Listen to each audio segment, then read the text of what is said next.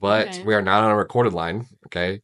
Yeah. So like I was saying, I want to not reintroduce myself, but introduce myself. So it's just I think it flows better if you're calling me Luna as opposed to Card Monster. Right. Card Monster is just long.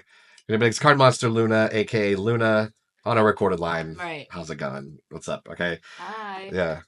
But we talking? I think we're ready. We're ready to be officially on a recorded line. All right. This is Millie, of course, here on another beautiful Saturday morning. I like how you took the reins there. I like that. That's good. That's good. Good morning, everybody. Happy Saturday. Back again. Got Big Tex in the building. Back again. You know how it is. We actually have something special for y'all today as well because we have another voice here. If you would like to introduce yourself. I have a voice. Yeah. Okay. Yeah, I mean, they forgot about me. Only for now. They forgot about me. You can close it out for us. You don't matter. It's only about me. My name's Chach. Some people call me Chacha. Just like actually one person. Her name's Millie. I call him Cha-Cha. Yeah. Anyways, I'm glad to be here. Yeah. Resident special guest Chach. Gonna be one of the many personalities one of the more regular personalities that'll be on the podcast, but one of the many personalities that you guys will be hearing, and it's Card Monster Luna, aka Luna. Well, good morning, you guys. Happy Saturday. Happy to see you guys again. I'm glad we all made it out. Chach, thank you for being here today. Really appreciate that. Yeah, glad to be here. Yeah, awesome. So we are getting it started on a recorded line, as Millie said earlier. How are you guys doing? How you guys feeling? Long week, brother. It has been. Week. Yeah, it has been. Work, right? So life. Yeah. Life. Yeah, tell me about it, brother. Right. I mean, actually, we recorded a whole other episode for you guys, but unfortunately, it was just unusable. Yeah, I have been dropping the ball lately. I apologize. It's not your fault. I gotta apologize. Yeah, it's not on you. I'm new to all of this, but I feel like I'm picking it up pretty quickly. I've figured out, a lot of the recording aspects and like hardware stuff, but I was having some hardware issues last time, so there's a whole ass episode that we didn't upload because the recording was horrible. It got sent to the void. It got sent to the void, yeah. To the ether. We charge it to the game. It's all good. Right. Yeah. It's all good. It's okay. I wasn't a part of it. It's still early, though. It's still early. Right. You're not missing much. It's still early in the game. Well, yes, so this is technically officially episode number 2, right? Mm-hmm. In the On a Recorded Line podcast. So we're on a roll. I think we've got some recordings under our belt. I think we're doing pretty well. So I was really interested in today because it's going to be another one of our long format episodes. And I'm really excited because I wanted to talk to Chach and bring on our first ever guest, I guess you'd say, right? And get to know him and some of the things that Chach does in the community with his, music and his band, I the Vine, which we'll talk about a little bit later. But I'm really excited for today because we all got to get together and get our second episode up and running. But talking about how difficult life is, I know that there was something we were talking about earlier, Tex, that you kind of wanted to pinpoint on. Oh, but like before we do that, sorry, I kind of want to ask you, Chach, since this is your first time. You're also our first guest ever. Okay.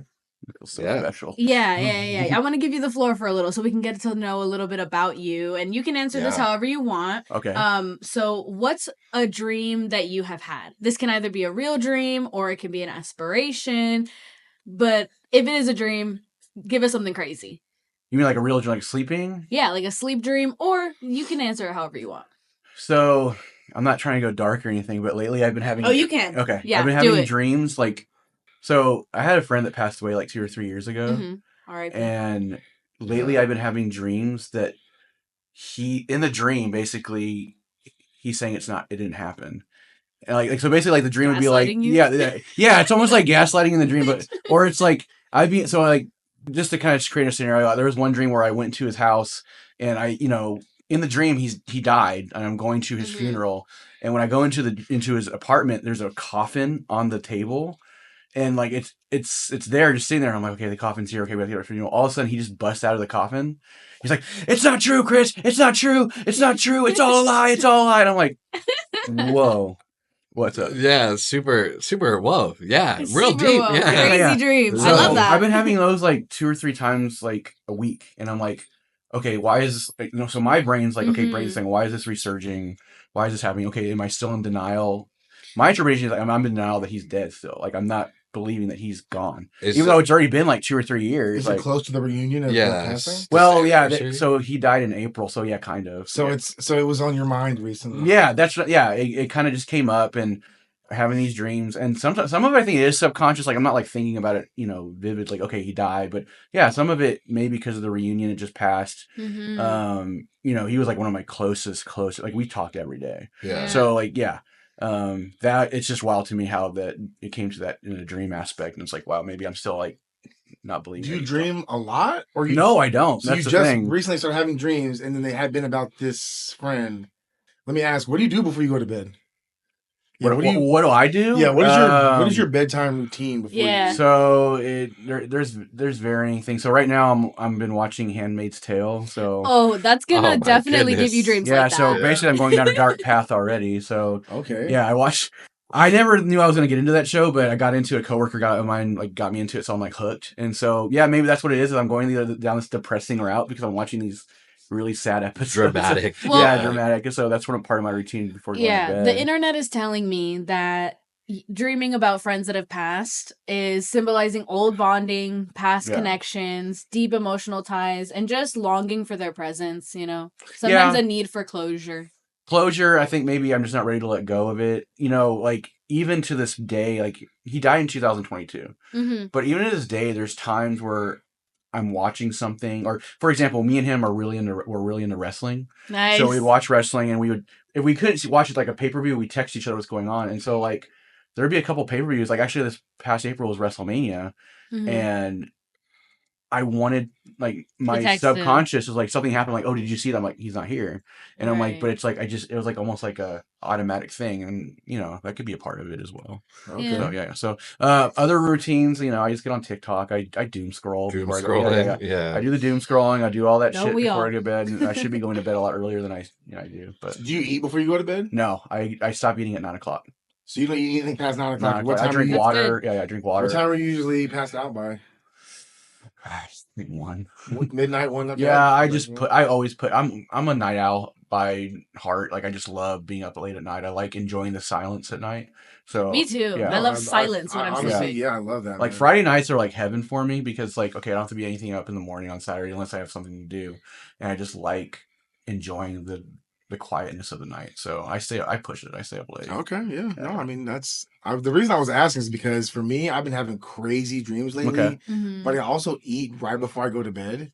I'll be like eating snacks in bed, and they're spicy snacks. Oh my god! Which trigger insane dreams. If nobody, I think we talked about this on the Lost episode. Yeah. Yeah, the Lost episode. We did talk about it. Yeah, we talked about this. Eating before you go to bed, anything honestly can trigger your brain to like work a lot harder.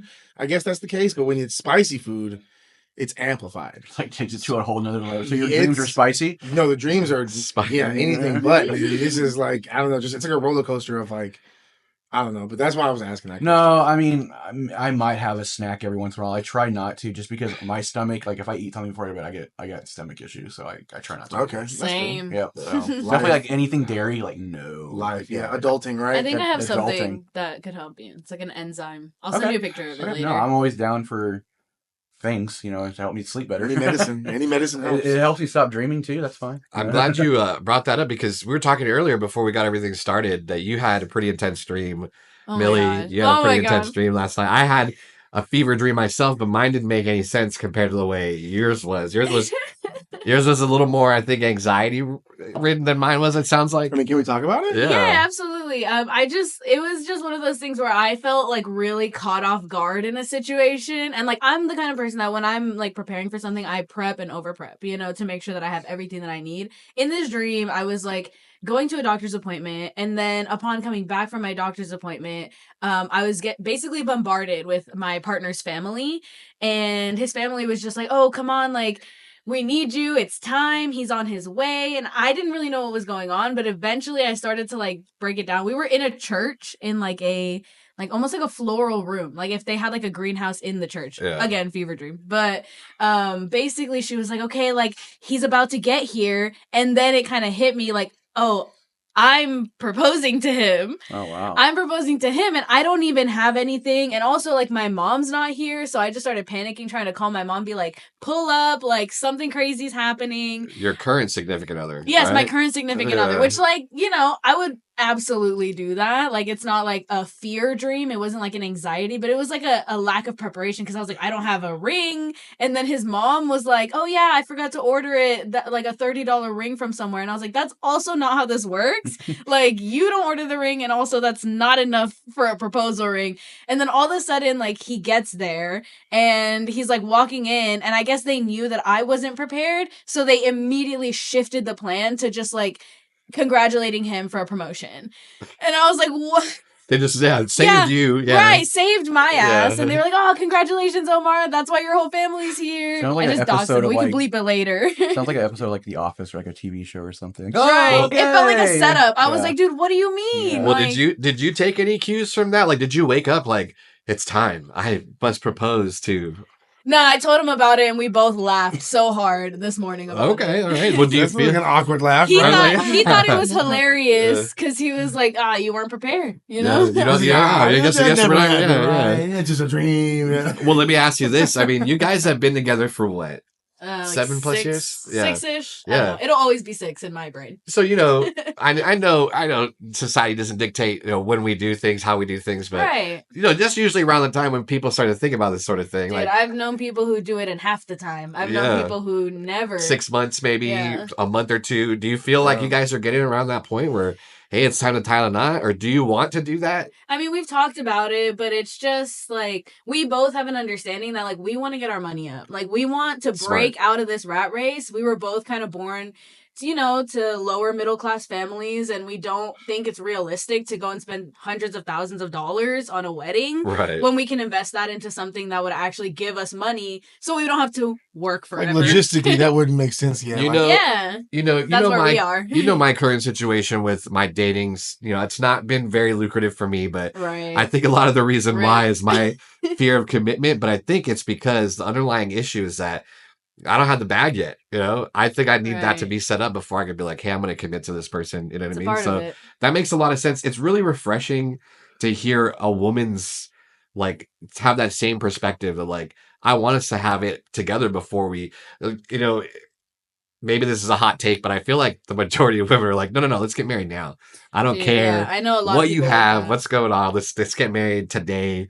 I want them to commit immediately, you know, but it's like guys, I think we want to have like the nest and everything set up before we make that commitment. I think most guys feel real like confident in going into like a proposal if they're like, yeah, I got the house, I got the bag, I got the job, the car. Speaking of, Yeah, I Chach, was gonna say he has. that's a big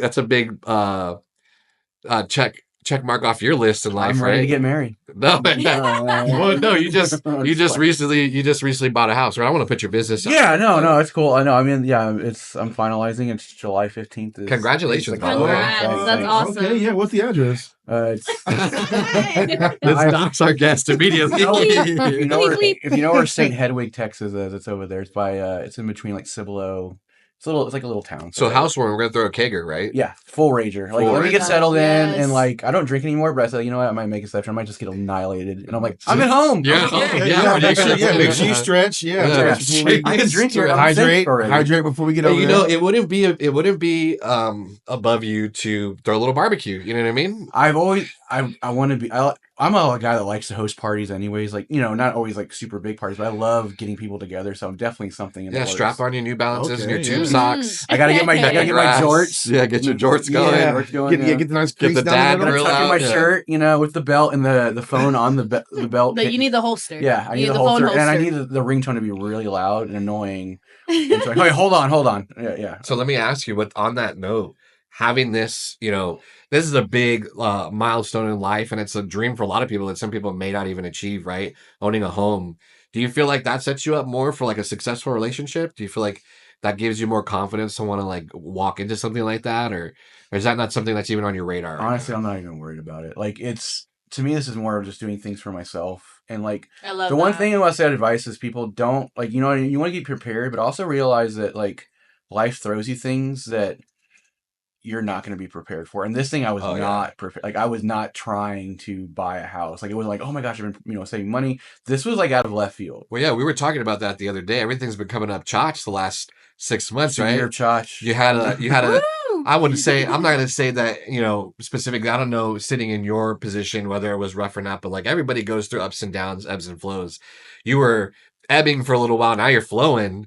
A lot of things are happening good for that personal life. A lot of things in your extracurricular activities, right? Yeah. Yeah. So you got a lot of stuff going on that's working really well for you. A lot of positives, a lot of good things, a lot of things that I didn't realize were going to happen, but it's awesome, man. Like, there's some changes I made in my life that I think have credited to that. I'm not going to go really deep into it, but, it's been a great year so far. 2025 is amazing. So. Well, I mentioned earlier, I the Vine. I kind of wanted to talk about that a little bit today, since sure. I'm glad Millie set up the situation that we're talking to you first before we get into our bullshit, right? Let's talk about our guests for a little bit. Tell us a little bit about I the Vine. That's your band, right? And you guys just had a show just recently, and you just booked something coming up. Yeah. That you guys have going on in San Antonio, right? Yeah. So, I the Vine, long story short, we actually started in summer of last year. Now, when I started this, I'm one of those people that I like to go fast. But I realized in the situation, the band I was in, that I started I the Vine, there was a lot of newcomers, a lot of people that didn't play shows and stuff. So there was a lot of work to, I guess, get going. So I started, we started slow. Like we were starting practice. But yeah, I the Vine, it's a great, so far it's been amazing. Like I love my band members, all of them. Being in a band is like having a girlfriend. Like, no offense to a lot women. of commitment. Yeah, dude. a lot of commitment. Sometimes, where you at? What are you doing? Yeah, no, exactly. So like practice for bands is like pulling teeth sometimes, because like every personality is different, right? So there's usually someone that gets there super early, there's one that gets there right on time, and then there's one that gets there like really late, and it's just like it's annoying as hell. This band has been the exception. This band, like everyone gets there on time or early. And we get our shit done. That's rare with adults. Yeah, no, yeah. Rare with adults. Like herding cats sometimes. Yeah, so everyone's just like responsible, and like I just love it because I don't have to think about, because my last band, no offense, it was just like, it was so hard. Well, like, your last show went off kind of without a hitch, right? Like it went great. Like, yeah, we were the openers. I booked the show, and it was our first show ever playing, so I was like, I'm not going to be the closer. That was your first? Congratulations for that, Yeah, too. this band, I was like, we're the opener. I'm not going to be like an egotistical and like headline it. So I opened it, and yeah, it was great. We had like, it was in San Marcos at this place called The Porch, name dropping there. Yeah, sponsor us, The Porch. The Porch. There was like 60 people in front of us for first show. Nice. And it's a small bar. It's not like a huge place. That's a big time first show. Yeah, it was awesome. 60 people, like 60 different. I mean, there's family members and stuff like that, but there's other people coming in. Like, what is this? Oh, you're saying like audience members, like 60 like people that perform, like bands. Oh no! I was like, how big was that's this? a festival? Yeah, no. This is 60 viewers. How many other? Were you guys opened up the show? How many other bands were on? There's only 2 other bands. Okay. Yeah, so the other bands played after, but it was very awesome just because I haven't played live like that in 3 or 4 years, and so it was. Yeah, a little background. So, Chach and I actually grew up together. We just recently reconnected. So we've been friends for like 15 plus 15, years. 20 years. Yeah, something like that. That's crazy. But Chach has been more involved in the music scene in San Antonio creatively, as far as being in bands, creating music, and I was more in the scene on like the promotional side. We all had friends in bands that all knew each other, and so yeah, it's been a long time since you actually played a show. Actually, one of the cool fun fact about Chach for the podcast, his band when I was a kid, when we were kids, Losing Streak, which shout out to Mark Mangus out in Arizona, was the most popular, sought after band to see play in San Antonio. Which I had no idea that was there. Yeah. Like, I didn't know. So there was 2 bands that were really big. Red Reverse. Shout out to Skull Bus and Dustin, Brandon, if you'll ever hear this. Jordan. But Red Reverse and Losing Streak. Losing Streak was like very rare. They were that band. Have you ever seen that show, Nick and Nora's Infinite Playlist? And in the movie, they're chasing the Bunny Man. band. They want to see that band. That was Losing Streak in San Antonio. Like they played very few shows, but when they played, it was like a sold out show. And that was, I always hype you up whenever we're around. I'm like, nobody realizes, but he's a really talented musician. So I appreciate it. Yeah, but yeah, you guys were really, so you've been doing this for a while. So it's been about 4 or 5 years since. Yeah, last band we played, the last show we played was awesome. It was like November of 2021, and then we had a falling out. And I've been doing other stuff. I did like country music for a while, which I love country music, but it's not. I'm a rocker at heart, so I can't. Yeah, I don't see that in your aura. I can play it, but I don't know. It's not my thing. Nothing against it. I love country music. I started doing that just to try it out, but then I was like, man, I had the urge to get on stage. Yeah. When I play in a band on stage, it's, oh my gosh, like to me, it's like I'm protected. Like no one can hurt me. It's definitely an ego trip too. Like don't get me wrong. Yeah, but it's the most amazing feeling ever to be live on stage performing in front of people. So awesome. I missed that, and so getting back to do that again is just so much fun. Oh yeah. So tell us about the. I know you have something coming up in July. I know there's still a lot of details to be worked out, but you're booking something in San Antonio. Yeah. So July 19th, I believe, is a Saturday, if I'm not mistaken. But July 19th at the Rock Box. It's over on the east side of the tracks downtown.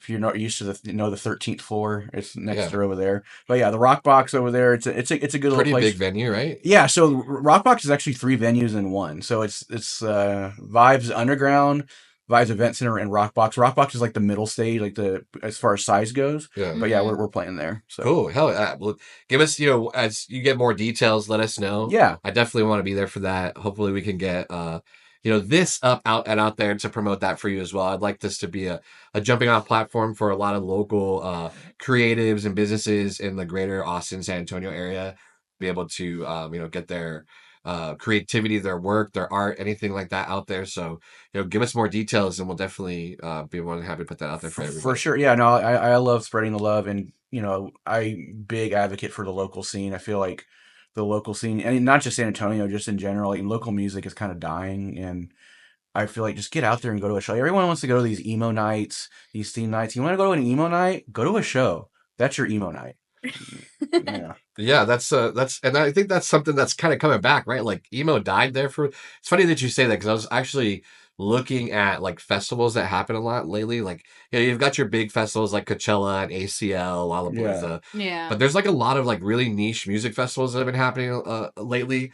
A lot of them surrounding like pop punk, emo. That kind of died for a little while. Mm-hmm. I mean, it never died in my soul, my heart. Right. But, yeah, never in my heart. But for a lot of other people, the trend kind of ended and they jumped on some other bandwagon. But it's like it's coming back now. There's a lot of, I think, what you would call the old heads that are like reinvigorating that whole scene and getting their kids into it. We were talking the other day about like kind of what the younger generation is into musically, and they're really into like less production, like not overproduced music, more raw sounding, which is kind of like where we came from originally. Yeah, like no, definitely, like from a live music perspective, performing the Generation Z, and I don't know about Alpha. We'll see what happens in the next few years. Are coming up, but you're seeing they want a lot of more raw sound. They don't want the overproduced stuff. For example, they don't want a lot of backtracks, for songs. They don't want a lot of extra things here and there. We kind of grew up with that, and then it started changing. Like from like 2005 to like I would say 2013, 14, you saw a lot of overproduced. Everything was kind of really polished, recording wise and performance. People like to do a lot of backtracks, little funny things here and there, and like especially like the scene kids, like the emo scene kids or whatever, they were really into that, which was cool. It's no harp on them, but it's just kind of cool to get back to the raw, like real, like it's so cool to hear someone mess up on stage and then they just keep going, and like, or they don't hit a note just right, and I'm like, oh, they sound like that.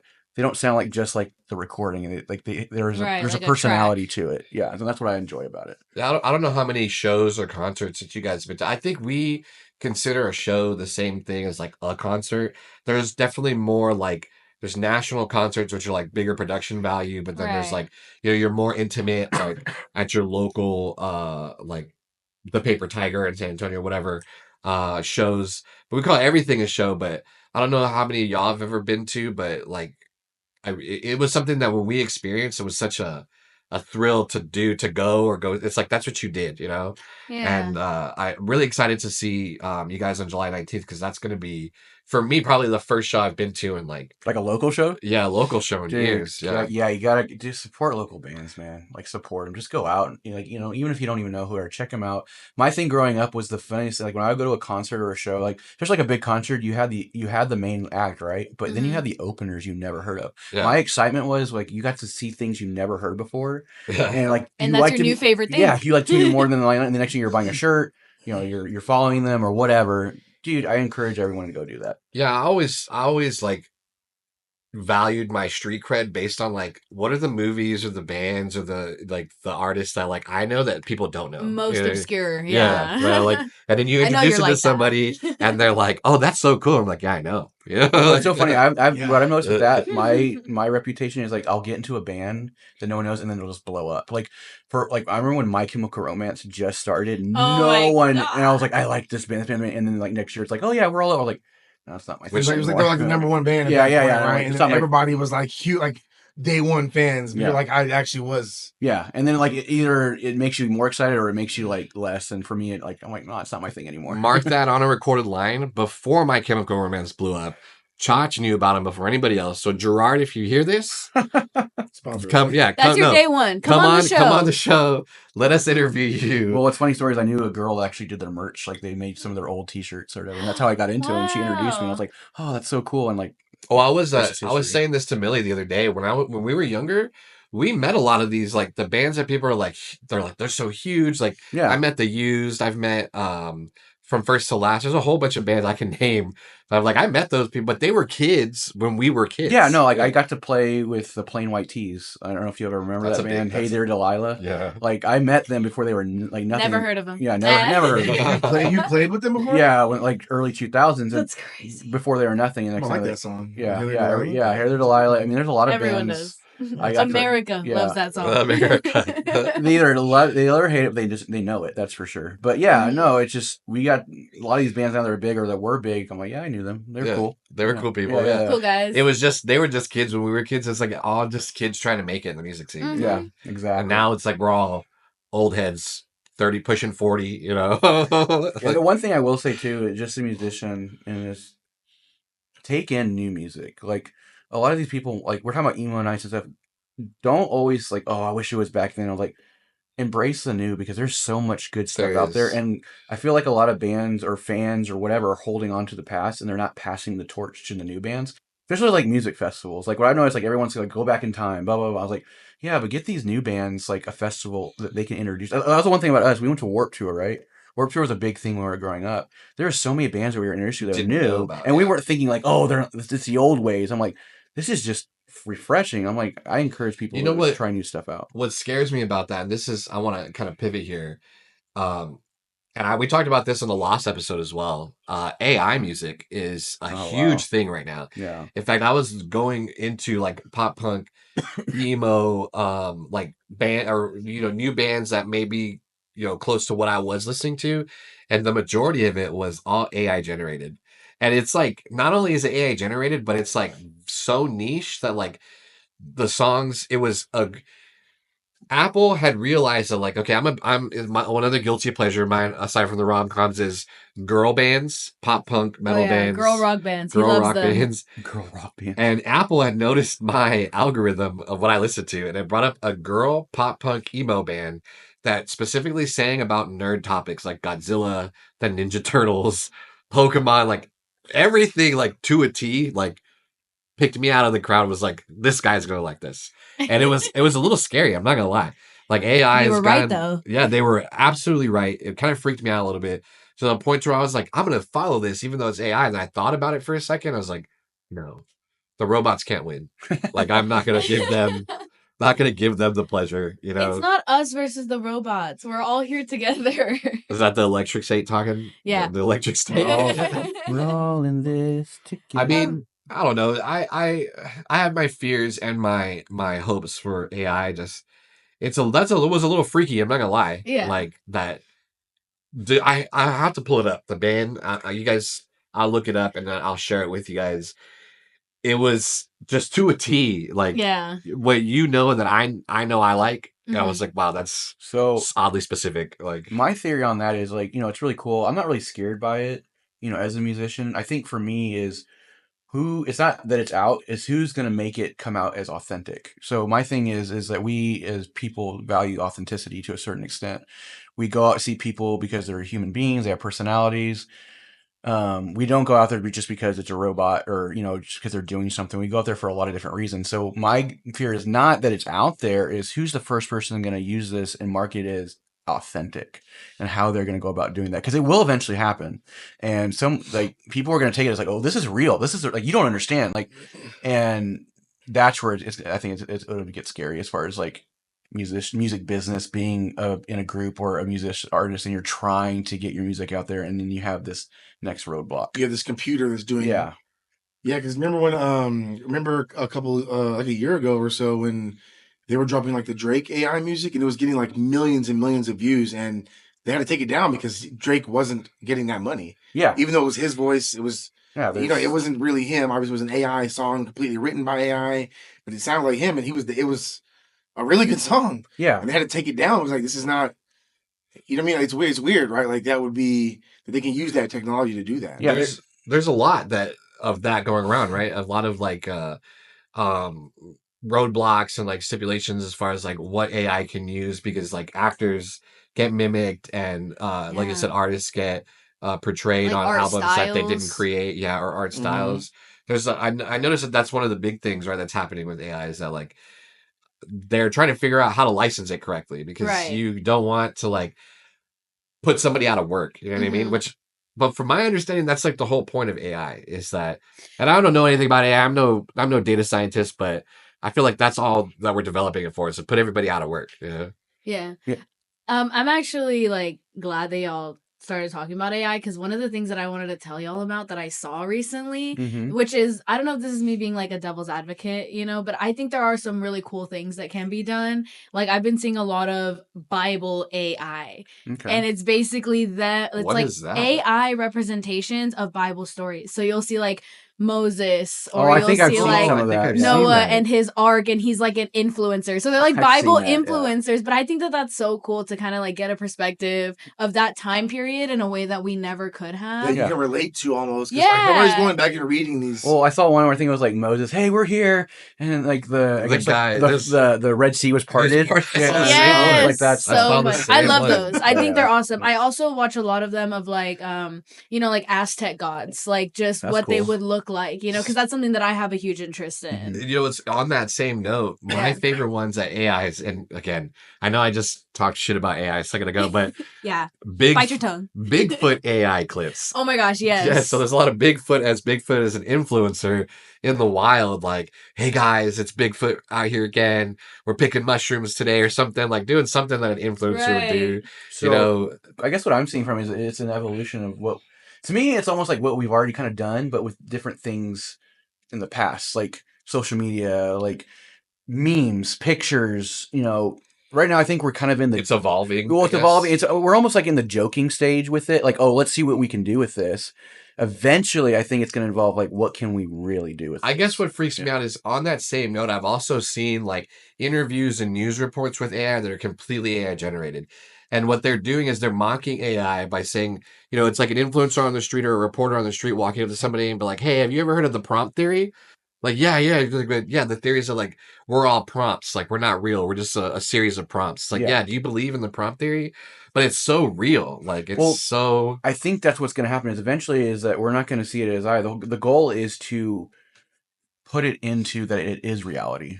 My thing is that now we're saying, okay, it's AI. We know it's not real. Eventually, it's going to become so common. Not that we don't know it's not real, but it's just going to be part of our reality. Yeah, it's going to be so much people are okay, that's, it's there. Yeah, it's there. You know what I mean? It's because now it's such a big a thing. That's AI. Yeah. No, that's AI. That's AI. Yeah. And eventually people are going to be whatever. You know what I mean? Another video on it. They're not going to care that it is AI. People are so. Because obviously it's all online, and people are so, their brains have rotted so much from just indulging in online content. It's gonna just be another scroll. They're gonna their brain is not gonna process it. Yeah. Yeah, and like even like people, like they're AI people, like women on like Instagram and stuff. They're like, that's not a real person.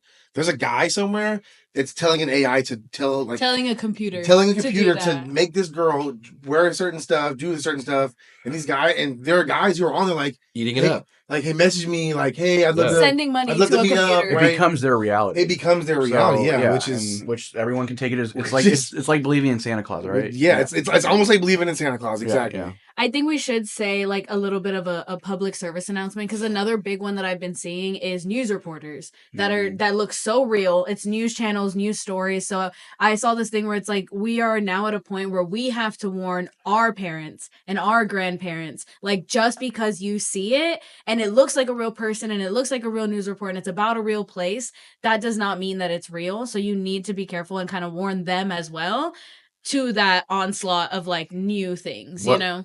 What I would love to counter that, because like, you know, this is just going around the news, like, you know, I don't watch big news like Fox News or CNN. I hate all that crap. We already don't do that. Yeah. So, but the goal is like, I would love someone. I do. And Luna watches it all the time. Sponsor us. I would love a counter to that and like make AI news where it's not opinionated and just have people put out like a non-biased. It's AI. Yeah. You know, and I'm not saying Fox News because I also don't have a bias, but if you had an outsource to compete with that, it would annihilate the news completely. So, which would be actually kind of a good thing. As long as it keeps you updated on like current world like, events, things you should probably be aware of, as opposed to being like, you know how current news is, where it's well, the left is doing this or the right is doing this, or like they're always pushing an agenda. It's like nobody wants to watch that. It's like they get a panel of people and it's like, oh, do you hear Trump farted today? Oh, how did it smell? Let's talk about it. And they talk about it for 10 minutes. Yeah. And like, I don't really care. Like, you know what I mean? But people feed off on that. They feel they're a part of the conversation because like, oh, they're talking about opinionated stuff. And I'm like, that's not news. That's just talking about stuff. What we're doing right now. You know, the learning curve though, for like getting people to realize what is and what isn't AI is so steep right now though, because like you have your older generation that they're just not going to do it. Yeah. You know what I mean? They're just going to believe, oh, it is Fox News, even though it's AI generated and it's saying this. So that's definitely happening. Yeah. I take like my family, for example. I have a lot of like, you know, aunts, uncles, and my parents even, that they cannot figure out how to even put a credit card online, you know what I mean, to buy something, which is how you buy everything these days, right? I was at a quinceañera, or my sister's quinceañera the other day, and I remember walking up to the bar to get a soda or something, and they're like, we only take cash. I was like, who does that? You know what I mean? But that sort of thing is so like, it's so antiquated now, like that generation I think is going to get left behind, which is going to be what's gonna, like the real crux of like what makes or breaks AI for me. Like, how is that going to ethically be handled for like people to make sure that the learning curve isn't so steep that a generation gets left behind? Like it just like zooms by them. Like, you're either you get with it or you don't. And if they do leave them behind, that just kind of shows their lack of interest, you know, in making sure that it's user friendly for everyone. They're like, actually leave them behind. We don't need them. Before that, people can't even handle some of the tech that we have nowadays. Like an iPhone. I feel left behind. Honestly, what's funny, growing up, like I remember having to do things like go to the bank or doing like a process. I'm like, gosh, this is so hard. I was like, there has to be an easier way. And then so like when apps started coming into play and like, oh, order your food, I was like, this is what I've been looking for like ever. Like convenience. Yeah, I was like, and it's not that I'm like want to be lazy or anything, but I'm like, even as a kid, like there has to be a better way to take out money of a bank. You know what I mean? Like now it's great. I remember when I first was able to directly deposit a paper check through a picture. Oh, I was like, this is the best thing since sliced bread. Like, what? Yeah, I took a picture of my check. The money's in my account. What just happened? And I don't have to go anywhere. I don't have to waste gas. I don't have to talk to a person. And the one thing I love about that is the older generation, you know, kind of gets me like, oh, you don't understand. I was like, you don't get it. Like we cut the fat out so we can go do more things that we enjoy. Like I don't have to go do this. Necessary. Yeah, which is necessary for, you know, a lot of different reasons. Yeah, psyche, mental health. So like they get all mad, like, oh, you don't get it. And I'm like, I don't want to get it. I don't care. I'm moving on. You know, I don't know too much about it, but from what I understand, there are other countries that are like way ahead of the curve. Like South Korea apparently has like I saw a reel and I had to look it up, but it was a military general talking about being out there back in like 2010 and them having like facial recognition and technology that we're just now using in the 2020s, you know, and they've had that for the longest time. And you hear about that all the time between like different like technology corporations like Apple always being behind the curve of Microsoft and so on and so forth, which I'm not on either side, although I am an Apple fanboy. Apple sponsor us, which you probably wouldn't, but try to think about it. Yeah, consider us. Consider us. Please. Yeah. I love all of your products. But yeah, I've heard that there's like, there's countries out there that like they've got more advanced forms of technology that, and again, I'm no data scientist. I'm not an expert on any of this, but that's just the biggest example I can think of like, how quickly technology is changing, that it's already way surpassed us decades ago. Well, and we didn't even know about it. Yeah, to kind of go off on that, like I saw a video online. I think it's like in Norway, or of course it's one of those countries, but they had a store. It's like a convenience store, and the only way to shop there is as soon as you go in, you put in your credit card, and then they open the door for you, and then you don't check out. Like it registers everything. Yeah, like so like that's awesome, right? There's positives and negatives. The negative would be like, you know what, like personality, people, like what if there is like a homeless person? What if there is someone that needs something? They go in there and steal. It's not going to happen. Like we're like, okay, theft and stuff is great, but also from the heart perspective, like now we don't have that situation. Like it's just cut and dry. So like, I think that's kind of a negative. It's like, a person that worked there, they come in, they see that happening. Like, you know what? They had a hard time. Just let them go. Yeah. Like, now we might cut that. So that might be a negative, but only time will tell. I see what you're saying, because like when you go to gas stations out here, even like they're like, hey, go ahead, get a big gulp. Like I know it's hot outside. Go get some ice and go get some Gatorade. Oh yeah. Like they'll let them go give them a cup. Yeah. Like, hey man, take it. Like you're good, man. Just go. And older generation is all about that. They want to help. I think we are too, but it's just different. But if we start getting that technology too fast, it might cut some of that out, which is kind of heartbreaking. And also like, it doesn't develop personalities and like conversation. It takes the humanity out of it. Yeah, I'm not going to go home and from work. How was your work today? Oh, well, people came in, people came out. There wasn't like, hey, there's this one guy that came in there, blah, blah, blah. There's always a story to tell, you have to pay. They're going to basically put a paywall behind like kind of how everything is online now. So you have to pay before you even get in. Yeah, that's the scary thing for me. Not to be, I'm not going to say it. It's divisive. I don't want to go there. I was like, but isn't that the American dream, right? Like everything is entrepreneurial, you know what I mean? But that's neither here. That's neither here nor there. Yeah. I'm not that guy. I enjoy paywalls and making money my way, but whatever. I mean, no, everybody. There's different ways that it can go there, but I see what Chach is saying. Like that, like there's a lot of people that are gonna get left behind. Yeah, like y'all saying about the older generation, and whether it's in any shape or form, like homeless people or just people who just can't handle technology or can't get access to certain stuff. Like there are people who are gonna drown, and they're like, we're not gonna be able to help you. Like this boat's going too fast. We can't stop and help you get out the water. I think just the idea of, for me, what that is a scary thing to think about, because I have a lot of like older generation in my family in my life, right? But it's just like incorporating AI with robotics. Like there's just a lot of that that's happening really fast. I could go on and on, which we'll save it for a segment I like to call Conspiracy Corner, of like I guess I don't want to say inventor but the guy who brought AI into its inception, about how he stepped away from it because he's like, hey, this is so out of control. It's thinking on its own. We don't know how it's doing it, but it's like smarter than us. And if we keep going, like we're not going to be in control of it anymore, Yeah. But we can save that for another segment. Yeah, we've gotten pretty deep, pretty heavy so far on a recorded line. Well, I guess like on a separate note, Chach, y'all are all about to start another fantasy league. Oh yeah, a little bit lighter. Yeah. Football season is upon us. Yeah, we have a couple of months, guys. I've been waiting to scratch that itch for so long. Yeah, I just watched from the outside. I'm ready for the betting aspect, because it seems like for me, I get into sports betting at the wrong time every year, and I end up. Yeah, well, I mean, so don't get me wrong. Korean tennis. There's money in those sports, but when the American sports were full swing during the football season, end of the baseball season, that's when you can make the most money. You guys want to get in on those tips? I have a lot of great strategies to help you make money, even though my timing is usually off. But I'm excited. I'm excited to make a little bit of extra cash on the side with fantasy football or football season coming up. Yeah, it's like, I don't know, that time of year just opens up like, I don't know, a different side of me, man. Like, yeah, I'm born and bred Texas man, Southern. I'm so Southern, and like football is like, football is more important to me than it is. It is very consuming. It is very all consuming, because that is like I'll admit the first 10 weeks of the season I'm locked in. Like that is all I'm. Oh thinking yeah, about, that's all I care talking about, about. man. I'm going to be in probably upwards of like 10 fantasy leagues. Probably like 4 or 5 of those are going to be paid. That's a lot to manage. Yeah, I mean, I don't know how y'all do it. Honestly, you just have to love the game so much, and I'm so deep into it. Like I wouldn't be able to do that with like basketball or there's less games in football, so it's easier to track. Mm-hmm. You're going week by week, right? Yeah. So you have a whole week to prepare. You have a lot of time to think. The match, if you know it, you look at the matchups. Like, okay, this is gonna happen. This is more than likely gonna happen. Well, have you ever played fantasy football before, Millie?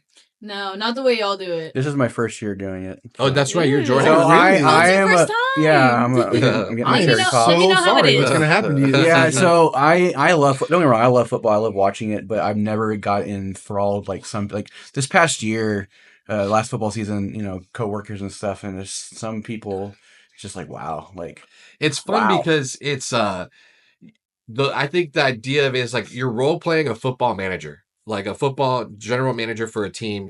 You basically build your own team. You're building your own offensive lineup. You have a defense. And you're just hoping that they score the points that they need to beat the other team that you're playing. And you're just taking players off of all the other teams and you draft them the same way that NFL teams would draft players during the NFL draft. You know what I mean? Like a dream team. Yeah, like a fantasy team. It's all making sense to me now. You don't have to do anything other than set a lineup and watch football. Yeah, just make sure your players aren't hurt and they're playing that week. Just make sure there's somebody in the spot and then just watch football. So do you change your lineup every week? Yeah. So based on matchups, I know all those aspects of it. Yeah, based on matchups, somebody could get hurt, or some teams like during the season they have bye weeks. Mm-hmm. Like they have a week off, right? So I have to find somebody I have to put in place of my quarterback because he has a bye week. Or I guess to get into like the logistics, the basics of it, you essentially start off with either an 8, 10, or 12 person league, right? Each person is their own general manager for a fantasy team. And then depending on who the commissioner is, they'll pick what your team can have on it. You usually have 1 quarterback, 2 receivers, 2 running backs, a tight end, a kicker, and a defense. And a flex spot. And 1 or 2 flex spots, depending. Yeah, I think standard is 1 flex spot. Yeah, which you can add another tight end, another receiver, or another running back to those spots. And you just draft like you would normally if you've ever seen a sports draft.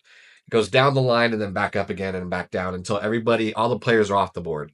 Mm-hmm. And then the teams are full. The teams are full. And then every week, you just make sure that your players aren't hurt and that they are playing that week because there's weeks where they probably won't play or maybe the game gets delayed. And then you hope that they perform the way that you need them to perform against that other team and their players. And there's money involved, right? So every person in the league will put in a set amount of cash in a pot, and then the money gets divvied out between the top 3 players. So, Millie, I encourage you, it's not all about fantasy football, but watch the show called The League. The League. Great show. Great show. It's a great soft introduction to fantasy football. Plus, it's funny. It's an older sitcom, I guess you'd call it. I will tell you right now, it is one of the funniest shows. It's the funniest show ever. You don't have to know anything about football. Yeah. It is top tier comedy. There's a lot of it that has nothing to do with it, but you already can tell right there from that tell picture. From this guy, yeah, I love the him. thing with it Nick is, Kroll is the thing with it is that's my guy. I just finished Big Mouth. It's the relationships that they have is exactly fantasy. Like it's like how they react with each other. It's like about a fantasy football league, it's members and their everyday lives. So yeah, I don't know. I mean, I'm down for it. I love things like that. Fantasy football is a small piece of that show. It's all circled around the league. And just know at one point, one of the characters' wives gets into it. So there's a women aspect to it. It's a lot, And she's probably the best shit talker on the entire show. At one point I think she wins the league. I think she's so good, and she's and her husband can't win. He can't, and he's like, why? It's more about their personal lives, right? And then they incorporate fantasy. Well, because I have seen, like, for example, the last time that y'all did this at work, just every day coming in and y'all shit talking each other, and that's a big talking about the stats and stuff. I think for guys, that's like the biggest part of it. Is like we give an excuse to just like shit on each other. I guessed better than you, so you're done. All I did was sit on the couch. Literally, that's what it is. I guessed better than you. You know what I mean? Or my draft picks just so happen to be because you got to understand, like anything can happen. Like that player can get in an accident outside of the practice, get arrested, whatever, get hurt in a game. That affects. I've seen. I remember before Antonio Brown crashed out. I had him in a league one year, and he came back and. I drafted him off the waiver wire, and someone was like, "That's a dumb idea," and then he chalked my whole season. I was like, "Wow," because I dropped a big wide receiver for him, and he came back in and then took his shirt off in Cleveland. And in the middle of a game, he quit in the middle of a game, quit football. He was like, "You know what? I'm done." He took he took his pads off, took his jersey off, and just walked on the stadium. AB, why are you doing this to me? Yeah. In fantasy, that's something you had to deal with. And I mean, I think that's another fun part about it is, and this, I think this kind of bleeds into something I wanted to talk to you about, Tex. Oh my gosh. I think this bleeds into that. One of the other cool aspects of fantasy football is that the dramatics, the drama, all that happens on and off the field that you have to be paying attention to, because like team players get traded, coaches get fired, crazy stuff happens, divorces. Yeah, it's almost like Grey's Anatomy, but football. Yeah, it is, man. Yeah, it's crazy. Yeah, this isn't. So Millie's watching the clip here. This is where he's mad. I guess he was mad he wasn't getting the ball or whatever. Yeah, he was in Cleveland at the time, right? No, he was in Tampa Bay. It was Tampa. Okay. That's Mike Evans. Evans is trying to calm him down. And also just know that Tom Brady is his quarterback at this point in his career. Oh no. He did this on a Tom Brady led team. Yeah. This is in the middle of the game, like third quarter, whatever, just in the middle of the game. In his defense, he also, I mean, he's done some other crazier stuff, but yeah, he threw his shit. Just know this is on brand for him. Oh, he's throwing it. But into I mean, the I crowd. think the argument to be made is that he has CTE. No, he 100% has head. Is he naked? No, he just took his tights. Yeah. But just know, earlier in his career, he took some crazy hits. That literally jarred his brain, and he is a prime example of like, He's a prime example of like how CTE can really affect who you are. Yeah, and after you're done playing football. And this is gonna be like not like a long-term topic, but I actually just heard yesterday. My boyfriend was doing some like research on it. He wasn't. It was just a reel that came up realistically, but That's saw how we do that our research these days. Right. A reel came up and it told me this, but it was basically that like. There's evidence that when you like microdose on shrooms, it can immediately reverse brain damage from like CTE. Well, he was telling me because I'm a boxer, so he was like, "Oh yeah, like any brain damage that you get from boxing, if you do this, it will cure you." And I'm like, I'm gonna need more evidence than that. I like how matter of fact is like when you get your brain damage, we'll just help you. Yeah, no, literally. You just microdose, we'll fix all that. When you develop all these diseases from getting your brain knocked He's like, instead of beating me up. Yeah, when you start getting the what do they call it? The sundowns. The yips. Yeah, the yips. We'll just microdose you with shrooms. And you're cured, basically. You're cured. We'll fix you, babe. Side note, that's a real thing. I didn't know that was a real thing. I don't even really know what it is, but CTE? I have an understanding. No, the yips. Oh, the yips. Sundowning. It's that's with Alzheimer's too, I don't right? really know. I've never done any research on it, but I just have I have a buddy whose dad has. He's perfectly fine. He's fine, but when it comes to like when we're playing like darts, that's when you see it. When we're playing darts, it'll take him like his brain is telling him like I can't do this, and it'll take him like 4 or 5 tries to get the dart out. Almost like a disconnect. He's like, come on, you can do it. Come on, like he's for those like a disconnect in eye-hand coordination or something. Almost, yeah. For those of y'all who don't know, because I also didn't know what it was, it's saying that the yips is a sudden and unexplained loss of ability to execute certain skills. Inexperienced athletes, so things that they should know how to do, and a lot of times it's mostly like involuntary wrist spasms, which is why he gets it with darts. Darts, that's why it's so prevalent with him, because, and you can tell it pisses him off because he's trying to play and he's like, come on, you can do this, you can do this. And, that's interesting. And he'll throw it, but he won't let go of the dart. He'll like, I did not know that. And he'll have to like, it's a real thing. He needs to be careful. It's gonna land in his foot or something. Yeah. No, he's an older guy. I'm sure it comes with. Because I don't think he wasn't like a professional athlete or anything. But he's an older guy. He was in the military. I would imagine that comes with age. Yeah. That scope of stuff happens with age. So it's probably something that happened. But just seeing that's kind of like a real thing. Like it's father time comes for you. Comes for everybody. It's undefeated. It's never lost. Never lost. Never lost. But like I was saying, and you completely blew me off on this one. The dramatics in football are very similar. Yeah. It's the Grey's Anatomy, and I know you've got some recent experience with that. Yeah, tell us about that. I did want to bring this to the table. Shout out to one of our friends who couldn't be here, who's having a baby shower today. Yes, congratulations. Congratulations to her. But she has been a advocate, if you will, for the show Grey's Anatomy. And it's funny because I didn't really know anything about the show, but we would dog her just because, like, oh, you watch the show, like, go home and watch your Grey's, Y'all right? would dog her. I don't know if you can hear my eyes rolling in the back of my head right now. Yes, not Millie, because Millie was a fan as well, and and Millie's a very nice person. We are nice people as well, but we like to poke fun. And she's a very innocent soul, if you will. And it's her comfort, it's one of those things you watch it over and over because it makes you feel good. So I'm gonna not play the devil's advocate. I'm just gonna be the devil right now. And I know we said we're gonna be divisive or polarizing, but I fucking hate Grey's Anatomy. I don't think have you watched any of it? Episode. Never. Yeah, I've watched a few episodes. It reminds me of Gilmore Girls. It's just boring and girly. You don't like medicine? I mean, actually, let Big Tech say his piece. let him explain his experience. Okay. Because tell me your truth. I'm an open book when it comes to TV shows and movies. I'll watch it. I'm like, okay, I'll indulge. I'll see how it is, right? And so Grey's Anatomy's been around for a long time, right? It came out in 2005. It's like season 35 or something. It's something crazy. But so the first thing you should know is the show came out in 2005. And if you're watching TV around then and you're watching movies around then, it's pretty much a lot of it's fan service. Like, they're like, we know that people are going to watch this because this is going to happen and we're going to kind of keep them on edge. I will say that the drama side of that show is the corniest thing I've probably ever seen in my life. Really? But the medicine side of things is unreal. Like, when they're actually in the hospital performing surgeries, handling cases, it is actually really captivating. And it is like the characters in the show are, it's about a quick rundown from because I'm only on season 2, like episode 5 or so. I'm a long way to go. I'm not even 20 episodes in yet. But from what I've told so far is that, I can give you a quick rundown, is that the show centers around these interns, or surgical interns, who are at a hospital in Seattle, I think.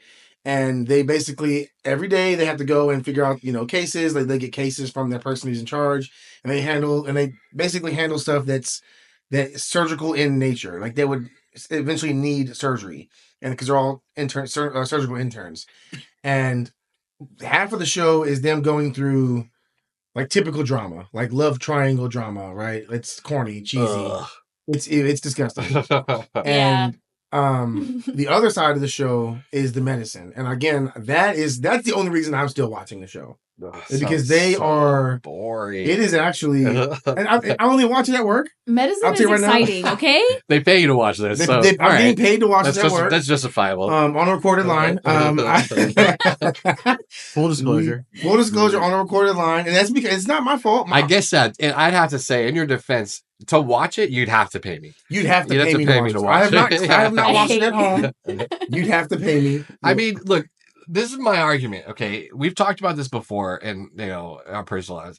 How I have a slight distaste for Matt Damon because of his face. I have the same dislike for Patrick Dempsey and Katherine Heigl. I just do not like their faces. Katherine Heigl? You don't like Katherine Heigl? Never liked her. I think she's got the most Karen face of all Karens. I liked her a long time ago. Like what was it? Knocked Up and like those. Like she is the epitome to me of like blonde hair, blue eyes. Yeah, but that's okay. Trying to say. I don't like her because of what I've heard from how she is. History. Like, apparently she's like a super diva. Like, she doesn't like want to work with people. I mean, has she looked at herself in the mirror lately? Because she's not aging well. I mean, I'm sorry. I think that's a hot take. I think she's beautiful. Sorry, Katherine Heigl. I don't like you, but I didn't mean to make fun of your looks. I apologize. I mean, what is she? Is this like a recent picture of her now? She doesn't look bad with the short hair. She's fine. Oh, she was in an ad for something that I thought was so crazy. Let me see if I can find it. I don't know. I mean, I like Katherine Heigl. I don't get into actors like personal lives or stuff like that. I've only ever seen her in movies and TV shows, and I just heard she was difficult to work with on set, so that's why she kind of. I mean, I would imagine that bothers me so much. Look at this face right here. Look at that. What is that? And that's coming from someone who does, have a preference for blonde women. Blonde women. Yes. Who's Patrick Dempsey? Is that the doctor? The main doctor? Guy. He's probably one of the main doctors. Is that Shepard? Oh yeah. I love him. Okay, I absolutely adore that man. She's not a natural blonde. That's okay. Hot take.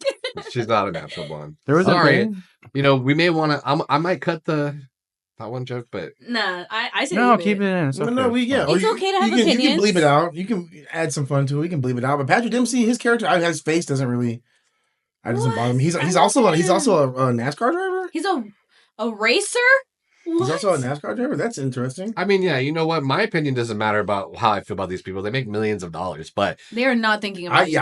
They're not thinking about me. But I don't like their faces. That's fine. You know That's what I fine. mean? Like, but so far, the show has been interesting to say the least. It's funny because the person we're talking about who loves the show sits right next to me, so she's always trying to budge into my journey. This is my journey. I want to watch it by myself. Actually, we all are. We all in that row turn around and watch Austin scream. I know we've recently been moved around from each other, and I gotta say this. I do want to be close to y'all again, but it's like kind of glad that I'm not involved in that because I would.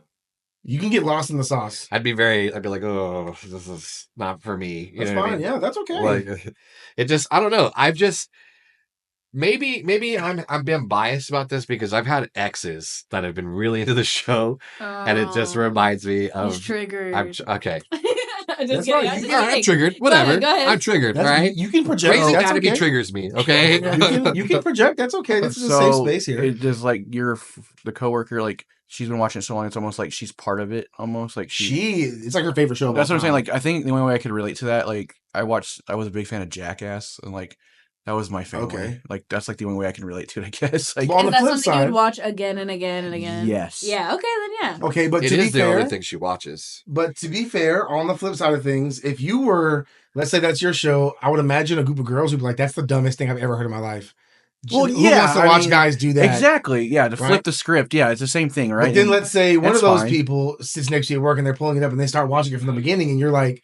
See? Well, okay, so case in point, there was another medical show that my mom got me into, and I was like, "There's no way I'm going." It's called ER.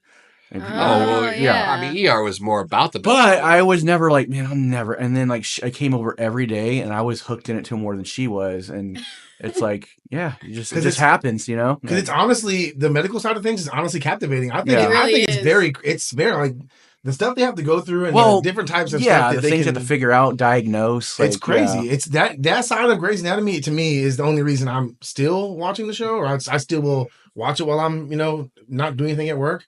I won't watch it at home. That's when I'm at home. I'm watching. See, but what's funny, TV, watching things I like. What's funny is now to counter that as a guy, when we watch the league, we're not watching it for the fantasy football. We're watching it for the jokes. And I'm watching it because they talk shit to each other. Yeah, so it's just funny, right? How it counteracts. I'm watching it for the bromance aspect. That's right. Yeah, that's I funny, can relate right? to that so much, and obviously I love football since I was born. So you care about drama. It's just not that kind of drama. Yeah, but it's also very cheesy. Like I will say really quick that there's one moment that took the world by storm when it happened at first, and now it's memed, is when one of the main character of the show falls in love with the guy. He has to basically pick between her and his ex-wife. Oh my god. And she basically you already saw that? Yeah, so she basically gets on her knees and is like, pick me, choose me. Wow. Love me. And like he's standing there like he's standing there like those are the lines. That's the exact words. Verbatim. Bro. She's like she pulls him into a room off to the side. Me. She's like, I know it's like this is it. Like I can't and granted she's only known him for maybe like a month at this point. And they had like a little fling or whatever, and she's just falling in love with him. But his ex-wife comes back in the picture, and they were married for 7 years or whatever. Yeah. And he has to make a choice, right? He's in it. So then, he's in the drama. But what I'm saying is that is the most cringe, cheesy thing I've ever seen in television. Like girl, you need it gets cringier. Well, it's like Chach said, it's its own soap opera. It's just an ongoing soap opera. And that is the type of thing that makes me like, this is...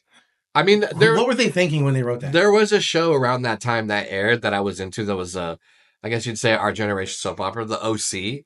I never watched that show. I loved The OC, but I could never get into Grey's Anatomy. So we're gonna do some research on The OC. The OC, American teen drama. It's a teen drama, which makes sense because if you're relating to that, at that point in time, if they say it's a teen drama, it does surround around the teens, and they're the main characters, but it does go into the lives of the parents. There's a lot of like corruption, blue collar crime, there's cheating and things like that. It is more of a soap opera, I'd say. But it's just, I don't know, Grey's Anatomy just... What is OC? Oh, Orange County. There we go. To me, it's I thought it was more like upscale rich people having problems. The premise of the story is a young kid from a troubled family from Chino, California, gets adopted by rich parents and meets his new stepbrother. They become best friends, and it's him navigating his life, running away from his past at this new Laguna Beach, Orange County, high school rich So the Prince of a complete culture shift for him. Yeah, like the Fresh Prince of Bel-Air, but more dramatic. Yeah, but yeah, right. So and not a part of the culture. Yeah, but I think it's a good. I thought it was awesome because my favorite character or actor, Adam Brody, he's funny, he's charming, he's witty, but he plays the nerd, which I guess I resonated with in high school. As okay, and he gets the girl, right? That's the whole thing. He gets the girl. But it goes into a lot. There's a huge you remember the SNL skit with Shia LaBeouf and what's his name? Where he walks in and they shoot each other and that song plays. Ooh, what's his name? Oh yeah. They got that from that show. That's also been memed. That that's also been memed because there's what you say? Yeah. I will say that you don't get to judge. Okay. Fair enough. Yeah, if you're watching, come absolutely. on. Fair enough. What? That's real medicine. We've already established that I love rom-coms. Hey, guilty pleasure. Guilty pleasure. Seventh Heaven was awesome. Just go ahead and say So what I'm trying to tell y'all right now is that listening to these conversations, you can't judge anybody for watching. No, that's the thing. You can hate the show. You don't have to watch it even. Yeah, right. Just hey, you don't have to agree with our opinions, but you got to listen to them because you're on a recorded line. Yeah, like I'm saying here. So lighten up. You're right. I'm taking myself too seriously about Grey's Anatomy. I could give it. But to be fair, there are things that just will trigger your brain. I hate that, and there's nothing you'll ever do to ever change. Yeah, I may be a little biased. Because in my experience, I think we can agree. Our friend, she is sort of a girl's girl. Every 1000%. Every basic girl's girl I've met is super in love with Grey, and that is literally their only show. But I guess it hits all the points for those types of demographic. I think also now that we're much older, but I feel like our generation was very big on distinct lines. Oh, you watch Gilmore Girls, you watch that, you're okay, girl, that's girl stuff. I'm not doing that. I'm watching the man stuff. I think those lines have blurred a little bit. But have you ever seen an episode of Gilmore's Girls? Yeah, it's terrible. It's not. But I'm just saying. What I'm saying is, it's like. Get through it. What I'm saying is today's shows, like for example, I'm watching Handmaid's Tale. Any guy would not admit they're watching Handmaid's Tale in the sense where it's oh, I'm never gonna watch. I mean, they might try it. I heard it's amazing. No, it's amazing. The point I'm trying to make is that there's not that taboo anymore. There was a taboo back then. I'm not watching this. Well, I think they try to hit both sides now with TV shows and movies. Yeah, we want everybody to be included. You know what I mean? Which I think is that's a good point. Like you're saying, because back in the day, it's you watch that. Yeah, what are you doing? What? What is wrong with you? Right? But now okay? now it's you can Everyone's really more open to accept it. I mean, there's still little things here and there, but not I guess you could say, because a good example of that is how popular anime is right now. Exactly. I remember when I was in high school, I couldn't tell anybody I watched anime. If you watched anime, you were officially a weirdo. You were the weirdest kid in school. You could say Dragon Ball Z. You could. You might get beat okay, up. Cool. The metal kids might have liked it. That's the number one mainstream one. Okay, well that's cool because we get that. Because they're just big swole guys screaming, fighting. That's fine. But if you got into anything outside of that wasn't Yu-Gi-Oh or a personal experience. Pokemon I was maybe the only other kid in high school that read manga or watched anime. It was this other guy. I don't mean to name drop, but Michael Cerruti. If you ever hear this, man, I hope you're doing well. Shout out. Shout out. Yeah. He was people thought Cerruti was just very creative, very smart. So he was just on a different level. People didn't really resonate with him, right? But him and I would go on our study periods and go hang out in the library and read manga and anime. So that way nobody would find out that we were watching it or reading it because we would get beat up. Yeah, it was crazy. I don't know. I don't know. No. Lately, though, you can't meet a person that doesn't. It's almost it's almost like common ground now. Yeah, it's you like anime, right? You do. The shift is crazy, right? Because, but 15 years ago, I was the biggest loser in school.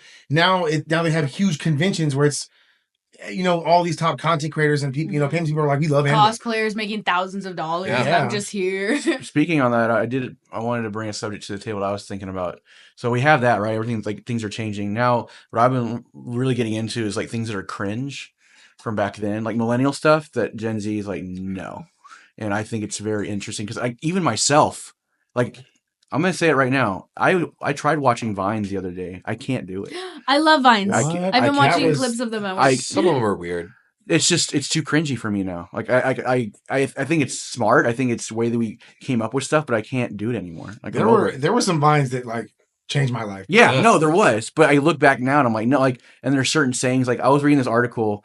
One of the cringe things that they don't like is that millennials make everything about their dog. Like dogs have personalities of people now, which I totally agree with. Like I think it's kind of scary what we do with pets. I think what's cringy for me, I think I agree on that. I do not agree. I think what's cringy for me that millennials do is they talk to their animals like babies. Well, so here's my thing. This is where I kind of like, okay, just tell me. Like you meet someone, they show pictures of your dog, or you see they're like, oh, it's a great dog, and then they want to tell you everything, and it's like, yeah, so what the dog does, so she sleeps in the corner. But what I do, and they tell you this whole scenario, I'm like, that's cool. Like you got, like I just don't really like you would think they have a child. Yeah, that's what I'm saying. But they say it. It's like this whole Montana's like my child.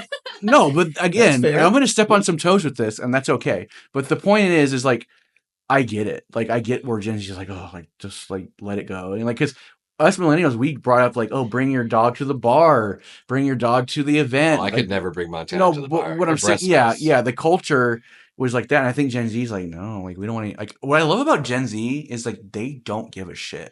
Like I freaking love. Like they don't care about the little quips, the little things trying to be clever. It's like no, just tell me what it is. Didn't we talk about identifying or categorizing generations like that in and of itself is cringe? Yeah, it's cringe. Was that on the Lost episode? I think it was. Episode we talked about like yeah, different generations and how I was like, that's cringe. Well, you know how you know how the Talk of Generations got started, right? There's an author, his name's Tom Brokaw. He wrote a book, and it wasn't long ago. He wrote the book The Greatest Generation. He was talking about World War II and all that stuff.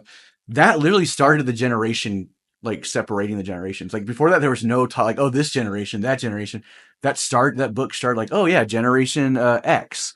Millennials, whatever, the greatest generation, boomers.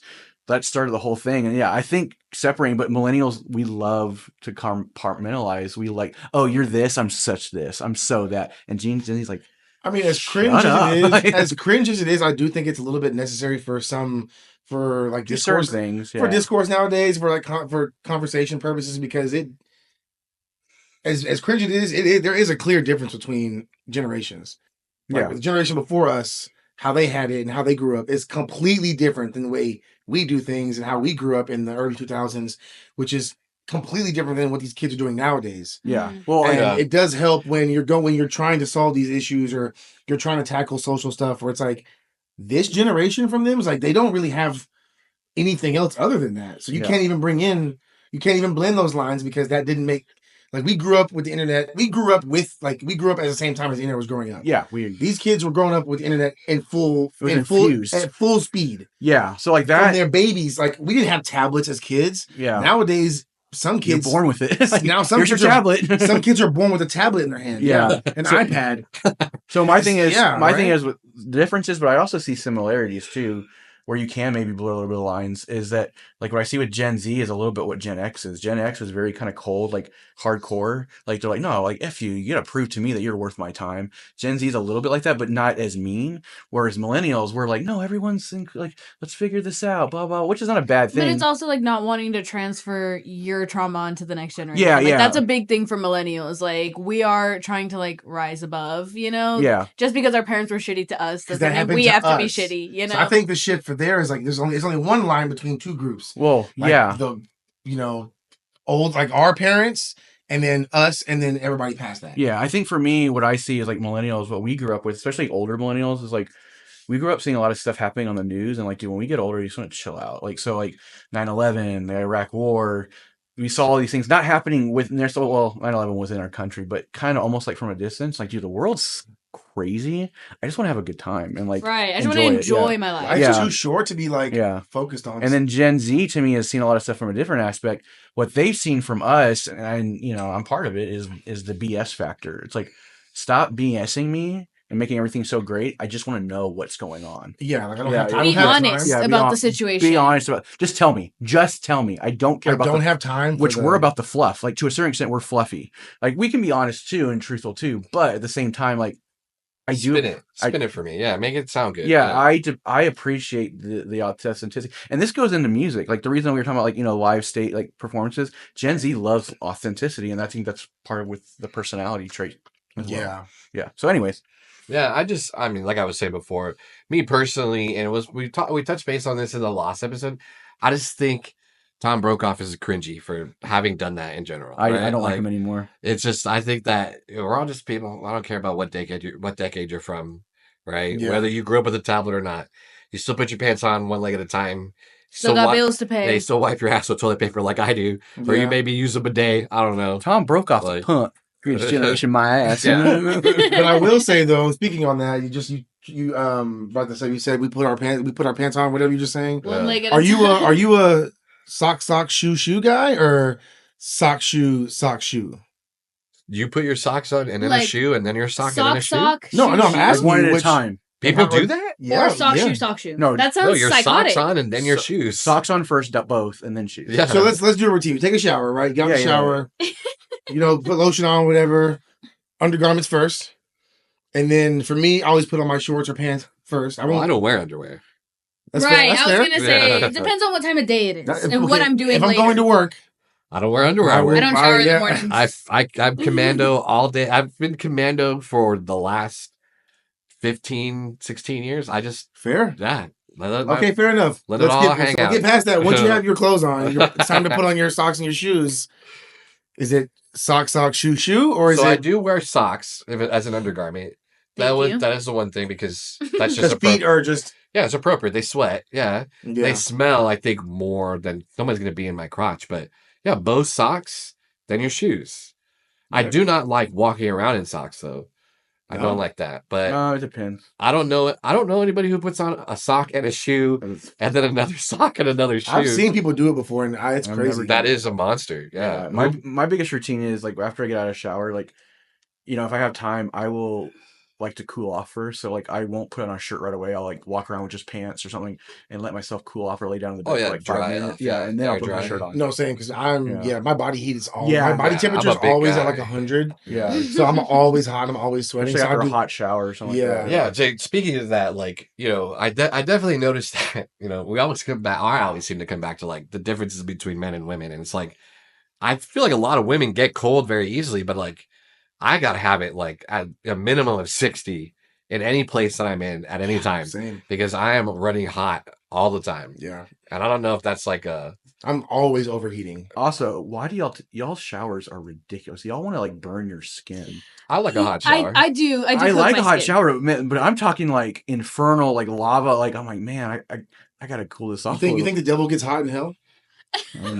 That's not. That's a good point. That's a good point. So, okay, well now I get it. Cool. I will clip that. And make that my routine. Anyways, I'm the same way. Like temperature in the room, like it really depends. Like now that I'm buying a house, I'm gonna definitely be conscious about my energy spending. But right, water, you keep that 60 and below. No. Well, they say it's actually better to keep it running. Isn't running all day, like instead of like turning it off when you leave. Right? Yes. So I did learn that it's actually better to do as opposed to like because what I was doing was I was leaving it at like 72, 73 to make sure it was cold all day.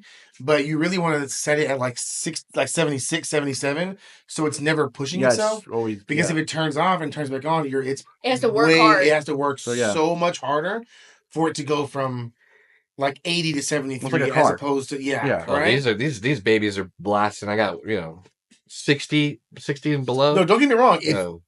All that aside, I will blast it as cold as it possibly gets, as long as it possibly when can. I'm going to sleep. There's nothing worse than sleeping hot. Oh, I can't. I can't do that. I can't do that. I can't do it. I can't do that. I'll be up all night. I'll be lit. I'll be. Millie, you like to sleep hot. Well, Millie, you've said I will say this. I would rather like if I'm awake, I'd rather be. No, I guess I disagree with myself. If I'm in a room, I'd rather be cold. But if I'm outside, I don't mind being hot. But you've mentioned that you're more you feel better when you're hot. I'm a lizard person. Yeah. I feel like when I'm cold that my body is shutting down and that I might die. Really?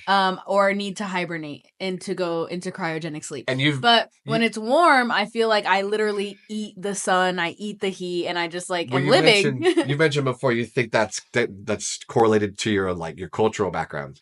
It could be, yeah, definitely. Yeah. I mean, I just feel like you're like, I'm our meant people, to be. our people are meant to be outside. Right. Like, I'm meant to be in the tropics, you know? But see, that's funny though, because I'm white as a ghost, and I don't like the cold. Like, I'm not a cold person. Don't? I mean, it's not that I just like, so for me, cold, like, I hate getting up in the morning when it's cold. I can't stand it. Like, I have to get out of bed, this nice warm bed, to get ready for work, and everything's cold because, the air's been going through nonstop in the house. Like, it pisses me off. Sometimes I won't even turn the heater on, and I'll just let the apartment, I'll even open a window, let it get super cold, and just have a bunch of blankets. Yeah. That is probably my favorite way to sleep. I think for me, it's a sensation. Like, for example, like when I get in the car in the beginning of the day, like when I go home, even when I go to work, even if it's hot outside, like, I don't put on the air right away. I don't like air blowing, like on cold air blowing. Oh, that's I can't. That's crazy because my fiance is the same exact way. She thinks it's diabolical that I could sleep with a fan right in front of me. Well, I don't mind. Yeah. No, I hate that. When I go to sleep, I think it's different. I think it's just that, but any situation. Yeah, I think it's just certain things. Like, for example, I don't like the cold in an office. I hate it. I want it to be. Oh yeah, I hate our office. I don't mind it because you can warm up pretty easily. There's no way to cool down if it's hot. Yeah, you're right. Yeah. Yeah.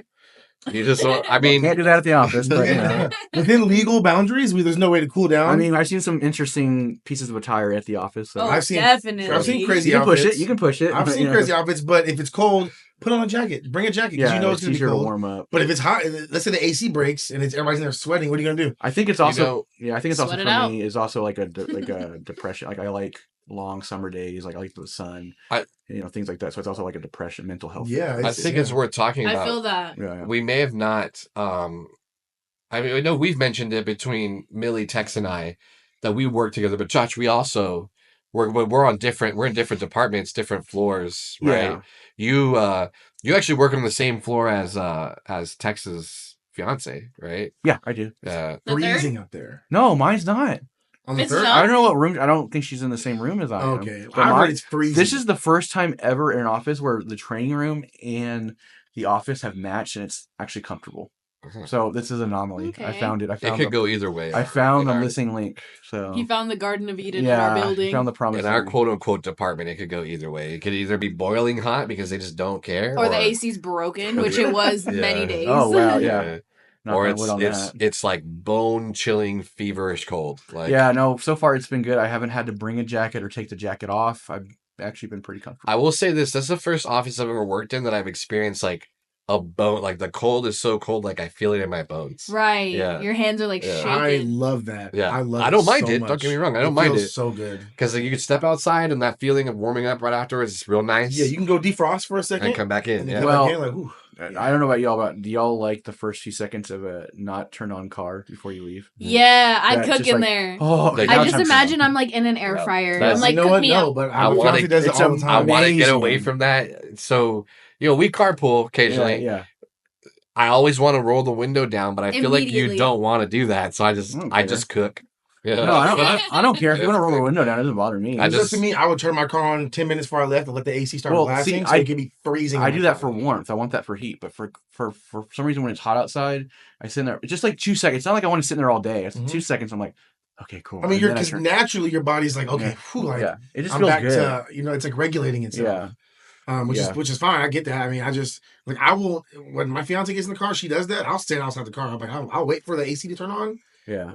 I'm not going to get in that car while it's hot. Like, I will say that hot air blast from your AC is not always ideal. No, I don't like that. No. Don't blow hot air in my face. I just want to sit in the heat. Yeah, no, not that. Just a couple seconds, then turn the car and then go full blast. You should be actually absorbing like vitamin D. I think that's what it is. It's like a thing. It's like an endorphin you're releasing. Well, also in the office, it's like super cold. Yeah. And you have that, and you're like, okay, this feels good. Of course, then after a while, I was like, I want to turn on the air. I think my preference fluctuates based on how in shape I am.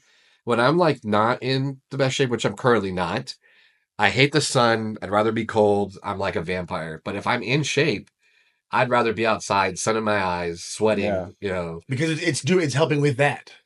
because you're naturally just burning calories just being out there. Yeah. What do they call it? Thermodynamics? Yeah. Well, it's also like, I think, because I've been on the heavy side too, you feel more comfortable. Like, you feel like you can do more things. You're more active. So when you're a little bit bigger, it's like. You calling me fat? I'm not calling anything. I was saying myself. I was saying myself. I am not saying fat to anyone. It's good to be self-aware. Remember, Just wait till y'all see on video. I'm a millennial. I like to sugarcoat things. Okay? So, no, but just, I can definitely understand that. Be kind. Yeah, be kind. So on that note, the fact that we all work together, wasn't there, Tex, you were talking about some crazy news that you heard about, and like, we're not going to mention any, we're not going to drop any names. Nobody needs to know where we work. We're not going to dox ourselves. Yeah. But you heard a crazy policy that was going on? Yeah, so, and this can be for anybody who works a 9 to 5, right, in an office. But I was told that somebody spoke to their supervisor, and their supervisor, they basically do the same thing we do, right? Like, we go to the bathroom, they put it on the computer, like, hey, I'm going to the bathroom. Yeah, clock in and out to Clock use your break. Bio break. Clock in and out of the bathroom auxiliary, right? Yeah. So this person I was talking to was averaging 6 minutes a day in the bathroom, which So is that's in total. That's in total per day. 6 minutes. 6 minutes a day, which breaks down to 3 minutes twice a day. You go to the bathroom for 3 minutes. It takes you at least a minute to walk. So think about this. This is a female or male? This is a female. Okay. So this person went to the bathroom before lunch. One time before lunch, went to the bathroom, took them 3 minutes, came back. Ate lunch. That's average. No, that's okay. Ate lunch, came back, had to go to the bathroom again. Maybe let's say 2 or 3, right? Was gone for 3 minutes, came back. Their supervisor said that's excessive, and they're pushing it. They're like, they're on the verge of getting written up for that. A write up. They're on the verge of like if it continues, you're on the verge of getting written up for excessive bathroom. So what is their resolution? They have some sort of solution to that? No, they're like, and also what he told them was, that bio break is only for emergencies. So you're only really allowed to get up from the bathroom unless it's an emergency. And if you do, you have 3 minutes to do it. You basically have 30 seconds to run to the bathroom, use it, and come back, get back to work. Okay, so for me, is this person like not a good worker? No, the person's everything's like great. That's micromanaging to me in the sense where they want them to quit. This person does great. Their supervisor is a new supervisor. They just got put into the role. So they may not understand necessarily, like, they may be, a little bit of a power trip. Like, I just got this new position. Yeah. I got to make a name for myself. Right. But also got to make sure I'm doing it right. But from a professional standpoint, you are my superior, and you're telling me to my face that 6 minutes a day to the bathroom is excessive. Any normal person would recognize that is stupid, absurd to say to somebody, hey, you can only have 6 minutes of bathroom time. Which, from my understanding, there's no workplace in the U.S. that, like, you can monitor that. Like, if somebody needs to use the bathroom, that's like, isn't that part, like, I'm not an expert on it. You're not, like, legally? So what a lot of, like, and I've been in past jobs where they're strict on that. They don't call it the bathroom time, which with this job, I don't know why they that's the problem, is that they're focusing on that. They call it, you have a certain amount of free time. So I had one where you had 7 minutes throughout the day where you could go from your desk, go do things.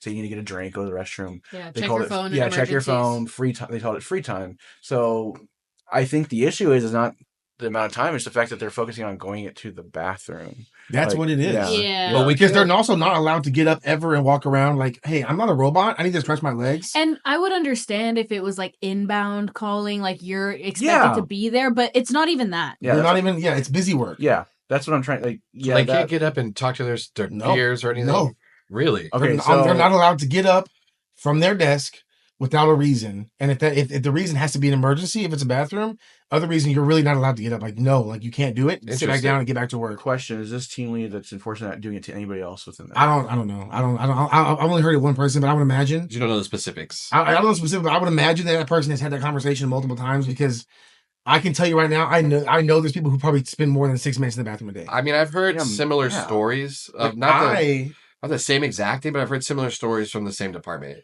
that they're very strict about certain things. Yeah, and to be fair, I'm not saying like, of course you don't want to abuse it, right? If you're spending 30 minutes in the bathroom, of course if it happens every day, then okay, hey, we need to have a conversation, but this person is literally going to work, making a priority, go use the restroom, get out in an ample amount of time to get back to work. 3 minutes. You're like getting on about that. I was that's absurd. Team lead and I was like, and to me, I was like, my response would be like, let's take this to like HR because I'm not complaining or anything. I just want to see if it makes sense to them that you're telling me that me using the bathroom twice a day and it takes me 3 minutes on average both times is excessive. Yeah. Then you know what I mean, maybe I'll take a step back. But if you're telling me that I'm on the verge of getting a corrective action for using the bathroom. So my hot take is I would never go to HR for anything because HR is not there for the employee or whoever you need to talk to. Like this person just told me that this is unacceptable. Is it? And I think we know with our company's track record, they would probably just say something like, "Well, if that's what you want, we need medical documentation that you need to be using the bathroom this often for 6 minutes," which is crazy. Like twice a day. Like they're like because it got to the point where the person asked, like, "Are you okay? Like, is everything okay?" What? Like they're like, "Are you like medically, like, are you good? Are you okay?" Well, then I'm fired because I go to the restroom a lot. Right. Like, you know what I mean? Like, and like as a woman working in that building, there are times we only have like 3 restrooms, 3 or 4 maybe. And there are times where multiple of those bathrooms are closed at the same time, or they're flooded, or we have to go to a different floor. And that alone takes 3 minutes. Well, that's like, say, by that logic, you can't realistically use the bathroom in 3 minutes. Right. Well, and as a woman too, like, I think the process of using the restroom is a little bit different. Yeah, everybody takes longer. And everybody's different, right? I shouldn't have to explain to you if I have a medical condition that needs me to be using the bathroom multiple times throughout the day, more than 3 minutes. Yeah, and if there's one bathroom available, there's going to be a line. We've all been to a bar. The girls' bathroom is crazy with lines, and that's what happens at our job. There have been times where I'm standing 10 minutes in line because like 2 of the bathrooms are closed. And not to mention the commute, because to get back onto their floor, they have to go through a process to even get back on. For security. And there's a line. There's usually a line you have to stand in. That one, yeah. Right? So this is still what you're telling me. So technically, my 3-minute break was only 2 minutes. It took me 60 seconds to walk to and back. I have to use the bathroom and clean up in 10 seconds. Yeah, that's in order for me to get back to my desk. That's basically what they told this person. It's like, to me, I wouldn't say I would crash out, but I'm like, I'm not a formal complaint. I'm not, as a grown adult, about to sit here and let you tell me to my face that me using the bathroom for any amount of time is I wouldn't crash out, but my response would be like, well, then I guess you're going to have to write me up and I'll be seeing the unemployment office. I will be explaining that to them. Yeah. Well, the real issue with that said place is what I've seen is, when you start hiring anybody off the street, that's the problem. Yeah. There's no professionalism. And that's basically what they're doing in that space. Yeah. The problem is that, we all want to be treated like adults with professionalism. Before my new job, I came from another job was very like, it was, you're an adult, like, get over it. Yeah. So when I see this stuff, I'm like, this is like Saved by the Bell, get to class. Like, it feels like a school. Yeah, it feels like a school, much less a company that you work for. So I just think they need to get better at getting certain employees on board for a job there. Yeah. One thing Luna likes to call it is adult daycare. Yeah, like, we're there, stay in your seat. Raise your hand to go potty, Yeah, let us know where you are. Yeah, do you want a snack? We'll bring you a snack. And I will always go against the grain in terms of like leadership, even though I'm like my role is essentially kind of that. But even then, I still would be like, if it was me, I'm like, dude, I don't care. Like, well, yeah, no, because you've gotten past the point of you're a human being, you're an adult, and like, this is ludicrous. Yeah, my answer is just no. Yeah, I'm not going to do it that way. Yeah, my answer would be like, I'm sorry, like, that's just, you can fire me. We'll go through the necessary. State of Texas has great I'll jump through the necessary benefits. I'll jump through all the hoops I have to stand on ground, stand on. What does it say? Stand on business. Stand on business. Like, dude, it takes me more than 5 minutes to use the bathroom. Yeah, and also it's like, not even that. Like, if I have to just get up and walk around, I'm gonna do that. Stretch your legs. I'd have to. Like, I need to go outside. I'm not a robot. Yeah, this isn't prison. I'm not. Yeah, I'm not. I'm confined to a cell. I agree with that, and I think those things are good for you too, because when you do take your break and you do come back, you're recharged, and you're probably going to do better at your job. Right. Not stressing every minute of your break to get back. You want me to be productive? Allow me to be productive. Allow me to be comfortable enough to be productive. The best way I can do it for like songwriting is like when I write songs, sometimes I'm sitting there like, okay, let's do this. And I don't have any ideas on writer's block. And then I go work out and I go to work and it all just sort of comes to me.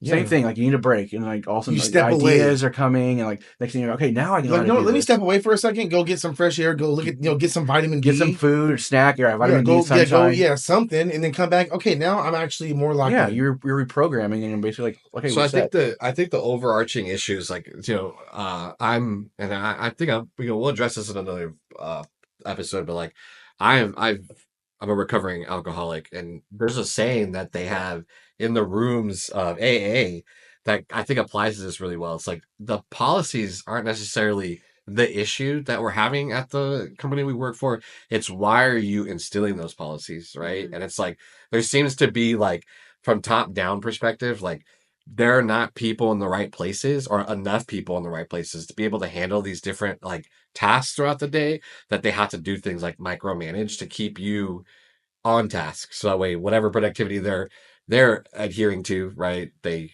get that done, you know? I've also noticed like a big like picking and choosing who you're gonna enforce what to. Like especially on our floor, there are times where people get singled out or people will like get told or get pulled back from their breaks and be like, oh well, where were you? Explain yourself. But then there's other people sitting in a group and just talking for hours. So I'm like, it's a picking and choosing, and that's also very frustrating because if you're gonna say something, make it the case for everyone, you know? So I think that falls in line kind of because ours is a sales environment. And I've always been an advocate. Like sales is like if you're doing good at your job and you're crushing your numbers, there's absolutely nothing you can tell me Yeah. because I'm doing my job, I'm doing it well. And now that I have a couple minutes of free time, or maybe I have a moment to You don't walk get away, to tell me what to do. you don't get to tell me that because Yeah. look at my numbers. Yeah. Well, this is what we're here, right? We're here for this. Look at this. I'm greening everything. Yeah. So, but if there's a person who's not doing that, who's fucking off or whatever, then okay, that's a conversation to be had. Like, I think in a sales environment, that's different. In terms of busy work, it's like, dude, it's not going anywhere. Yeah, if it's clerical admin work, yeah, I think there's a quota that you should have for a person to like, if you're at this point by this time of the day and you have extra time, that's you right? Right. Sales position here. You quite honestly earned that. Yeah, are you achieving your metrics, your KPIs, right? Then yeah, you get to do what you need to do, right? Yeah. But I think that they look at it as like, well, what are we paying you for if your ass isn't in that seat? You know what I mean? Like, right. That's how they see it. Yeah. And I mean, we've heard these stories from major companies like Amazon and stuff like that, right? Where employees are literally like peeing in bottles, right? Because they can't use the bathroom. Yeah. And they're like working 14, 16-hour shifts, which I think is it's horrible in and of itself, right? But I think it's just kind of like the way that major tech companies and like big organizations and corporations like try to operate, right?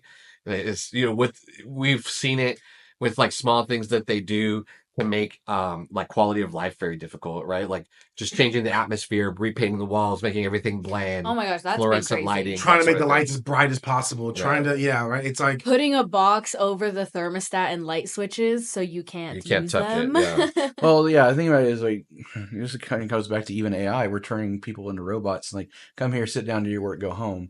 And it works to a certain level. Works for a certain time, but eventually you have to have those personalities come out. And it's like for like call centers, for example. I remember they did a study and they say what is the ample amount of time for someone to be on the phone taking calls, and I think it was like 6 hours total for a day. After like the 6 hour mark, people are just done. Like they're over it. So yeah, I think there's a lot of factors that come into play when that.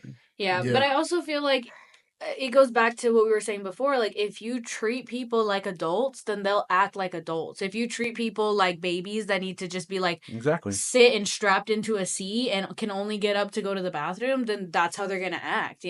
Well, to me, the moral of the story is the robots are going to take over and just realize that. I mean, let it happen. And if you're not on board with them now, they already know. Yeah, get on board. They're coming, and then realize you'll become AI eventually. Yeah, there's a conspiracy theory I want to touch base on when on another episode, talking about. I think I can't remember the name of the theory, but the idea is that if you don't start serving AI and robotics now, you'll be one of the first to go. They're gonna know. Essentially, humans in the theory become pets to the AI robots. Mm-hmm. So I'll look up the conspiracy theory and get more in depth on it in a conspiracy corner segment. So if you guys want to hear more of that side of things, would that be a bad thing? Because that takes a lot of thinking out of what people have to do. Have you ever seen the Rick and Morty episode where Snowball becomes sentient and then all the dogs become sentient? Yes! And then they make the humans pets? Yeah. Uh-huh. It would essentially be like that.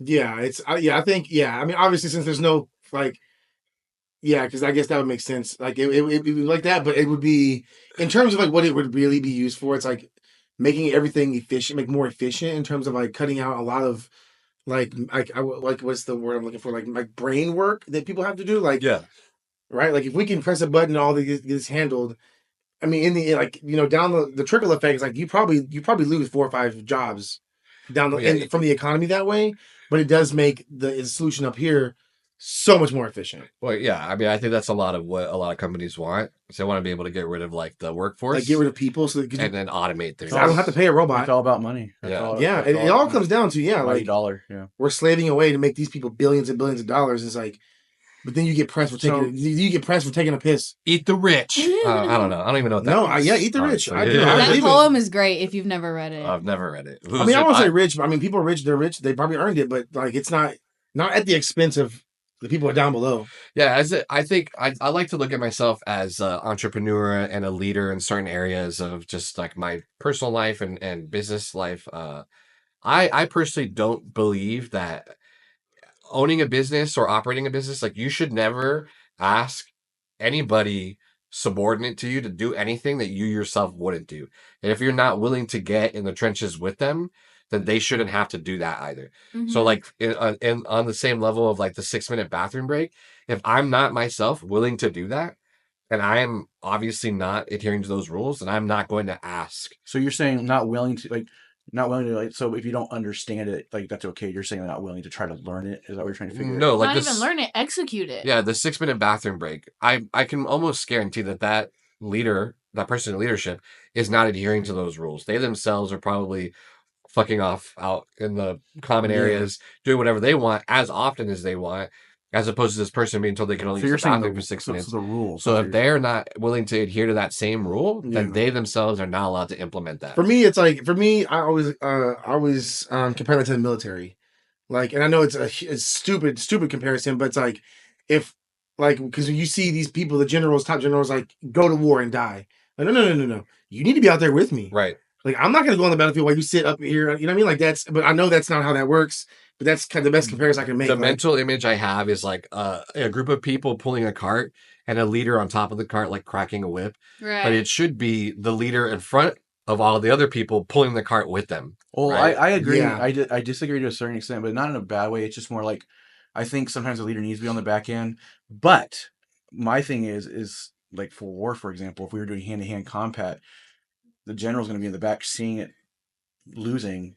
He steps in, he better know he's going to kill every freaking person on that. That's what I'm saying. I'm not saying, Well, he's the boss. But he's when he comes in, it's going down. Right. That's the boss fight, right? Like, it kind of reminds me in that sense. It's kind of like also kind of being like a shield for your people, the people you're leading. I don't know if you've ever seen Lord of the Rings, like the very first scene of the Fellowship, like where Saruman's just like, boom. Just boom. Like, that's what I want. You don't have to do it all the time. You don't have to be in the front leading, but when you do come I guess a better way to put what I'm describing is like, okay, like in a sales position, just so we can make it as, boring as possible. Yeah. I better be able to know all the processes and all the script, whatever, everything. Better than everybody else that's doing it on the floor. So, and be able to jump on or take a customer or client like tag in, do that better than them and everybody else if I'm going to be telling people or to play devil's advocate. What if I win $1 million and I open a barbecue business but I have no idea anything about barbecue? Then you shouldn't open a barbecue business. Why not? I hire the right people. Sucks. I hire the right people that know how to do it. That's what. But that's different. That's the caveat. In that situation, you wouldn't be like, this barbecue, you're doing it wrong. Yeah. I would not. I would almost be like a silent partner. Now, if there were things to come up, I would try to figure it out. But like issues, obviously. But like when it comes to the food of like the craft, you're like, no. I have no say. That's too much sauce. In an ideal world, that's too much pepper. Like you don't get to say that. Yeah. In an ideal world, I would like business owners, people who are leaders, like that's a passion of yours. Like, I love doing this. Yeah, that's why I do it. But I think sometimes you discover greed fuels most things these days. Right. Yeah, because you don't know until you know. Yes, like maybe I know nothing about barbecue, but then I do get involved with it, and then it becomes one of the loves of your life. Well, if you're going to invest millions of dollars in a barbecue restaurant, why wouldn't you want to get to know more? You know what I mean? Well, because some people want to just have their money come in. Like, like, you know what I mean? Like, I have 3. Like, I'm an investor. I have greed. I have 6 businesses.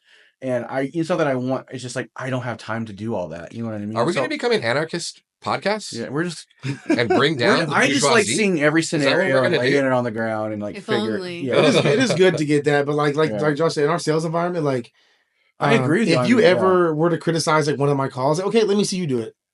Yeah, no, right. I agree. Like I agree with you on that. Let me see you do it, like because you gave me all these points. Okay, do it. Let me see. Like, and case in point, my last job, I was an office manager. I had to take escalation calls, and like I had to grade calls. And if I didn't, like, what would be the point of me grading, telling you what to do if I didn't know how to do it? So I agree with you on that. Exactly. Yeah, and in the like hypothetical that you gave, if that is something that you love, but you openly admit I don't know anything about that, then being that like financial, contributor, that's enough. But like, Big Tech said, don't go in there and be like, change the recipe because you don't know. Well, that's a whole other discussion. We'll talk about that another time. But Fair I see what enough. you're saying. Yeah, It's like the same thing. Another analogy is like on a sports team, you're not going to listen to your captains; they don't know the game, right? but the thing is, you also can't. But you will take the gear that they pay for. Just to and like I guess that you can't also show weakness. So like sometimes you have to fake it to make it. So I find it funny. What I notice is like, but when you get exposed, no, that's what I'm saying. For not knowing. So here's the thing. Like I've been in jobs where I had a boss, and I had no idea never did it, but they come in here with that attitude. Let's get this done. And then like 10 years later, I'm like, dude, they don't even know what they're talking about. What? I see right through that. Yeah. So that shows weakness. Like, oh, I know I can really take advantage of this guy. But so as the leader, I'm like, I can't show that. So it's like a back and forth thing. Like I see both sides of the coin. I'm more on the side of kind of y'all's where it's like they should know how to do it because that's just. I think that's a natural, like, yeah, you should understand what we're doing and take an effect that I need to go to the restroom. And if I'm getting sales, don't sit there and get mad at me my stupid bathroom breaks when I'm hitting my numbers every time. Yeah. Right. Yeah, I got to pee when I got to pee, man. All right? I'm not wearing diapers. Like, I'm a human. I'm a human being. Right? Yeah, because you're ruining your team. If you get rid of your number one person just because you don't like their bathroom breaks, and what does that say about the person that's doing terrible? You know what I mean? Like, yeah, right. Like they're wearing diapers apparently. Jeez. Yeah, I'm wearing some Depends. Yeah. You know. It's very, very diabolical, man. I'm glad we got through that because that kept me up.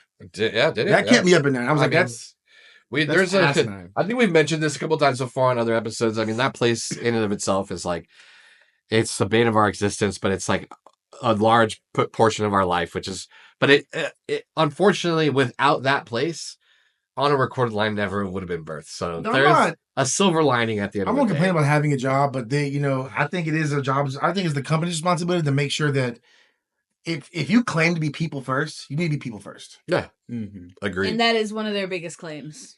If you're claimed fame is we're people first, okay, then show me. Yeah, like I know you've been in situations recently. It's like 4 or 5 times in a row. Like I came last. Yeah. Like I seem to have been the last thing that nobody cared about that. Yeah, right. Yeah. That's like 4 or 5 times in a row. It's like okay, well, month after month. The unfortunate reality, and I hate to be this serious toward the at any time in our sessions is there's just not. I got no other place to go. That's the only place I got to go. There's just not anything out there that's gonna pay the amount that this place is paying. In Texas, at least. The only thing I say for managers, don't ever say, well, at least you have a job. I can't stand that. Yeah, I know that already. Yeah. Oh my you don't gosh. need to tell me. That's like the biggest. I'm not 15. Don't put me in selling my soul every day. Yeah, don't put me in a corner. So basically, you're telling me I have no say when you tell me stuff like that. At least you have a job. I'm done. I checked out when you said you have that. Yeah. At least I get the opportunity to get away from my family for 8 hours. Yeah, it's great. I spend more time with y'all than I do with my kids. Barely pay my bills. Yeah. I'm missing my kids' childhood because I'm fighting for my life for groceries. To keep You're them right. alive. Yeah, you are right. Yeah, you were right. I can't experience my kids growing up. Yeah. How dare I say things? How dare I have I think I talked to you about that the other day. I was like, they don't even pay me enough to buy. I'm over here begging for groceries at my family's restaurant. Yeah. You guys got any scraps, any leftovers? I can take home, please. Please. Yeah, right? Yeah. I work to live. I don't live to work. That's the best. But on a more positive note, though, guys, we are good. We are coming to a close here. I know there's a baby shower in y'all's future. I am. Can we talk about really quick? Did y'all get her anything? Or? Yes. Oh my gosh, yes. Yes, I did. I got her a little gift. You, Millie, what did you get? Yeah. Okay. So, before this person was pregnant, we had another pregnant person at work that we did like a little baby shower for, and our friend that we're going to baby shower today, she actually gave me the great idea of like, oh, when you're getting gifts for expecting moms or just in general, put it in like a container that can be used for something else, So example, like I got her a little plastic container that you can either put like baby wipes in or organize toys, things like that. So that was the crux, and I thought it was really cute because I was like, you gave me that idea and now I'm doing it for you.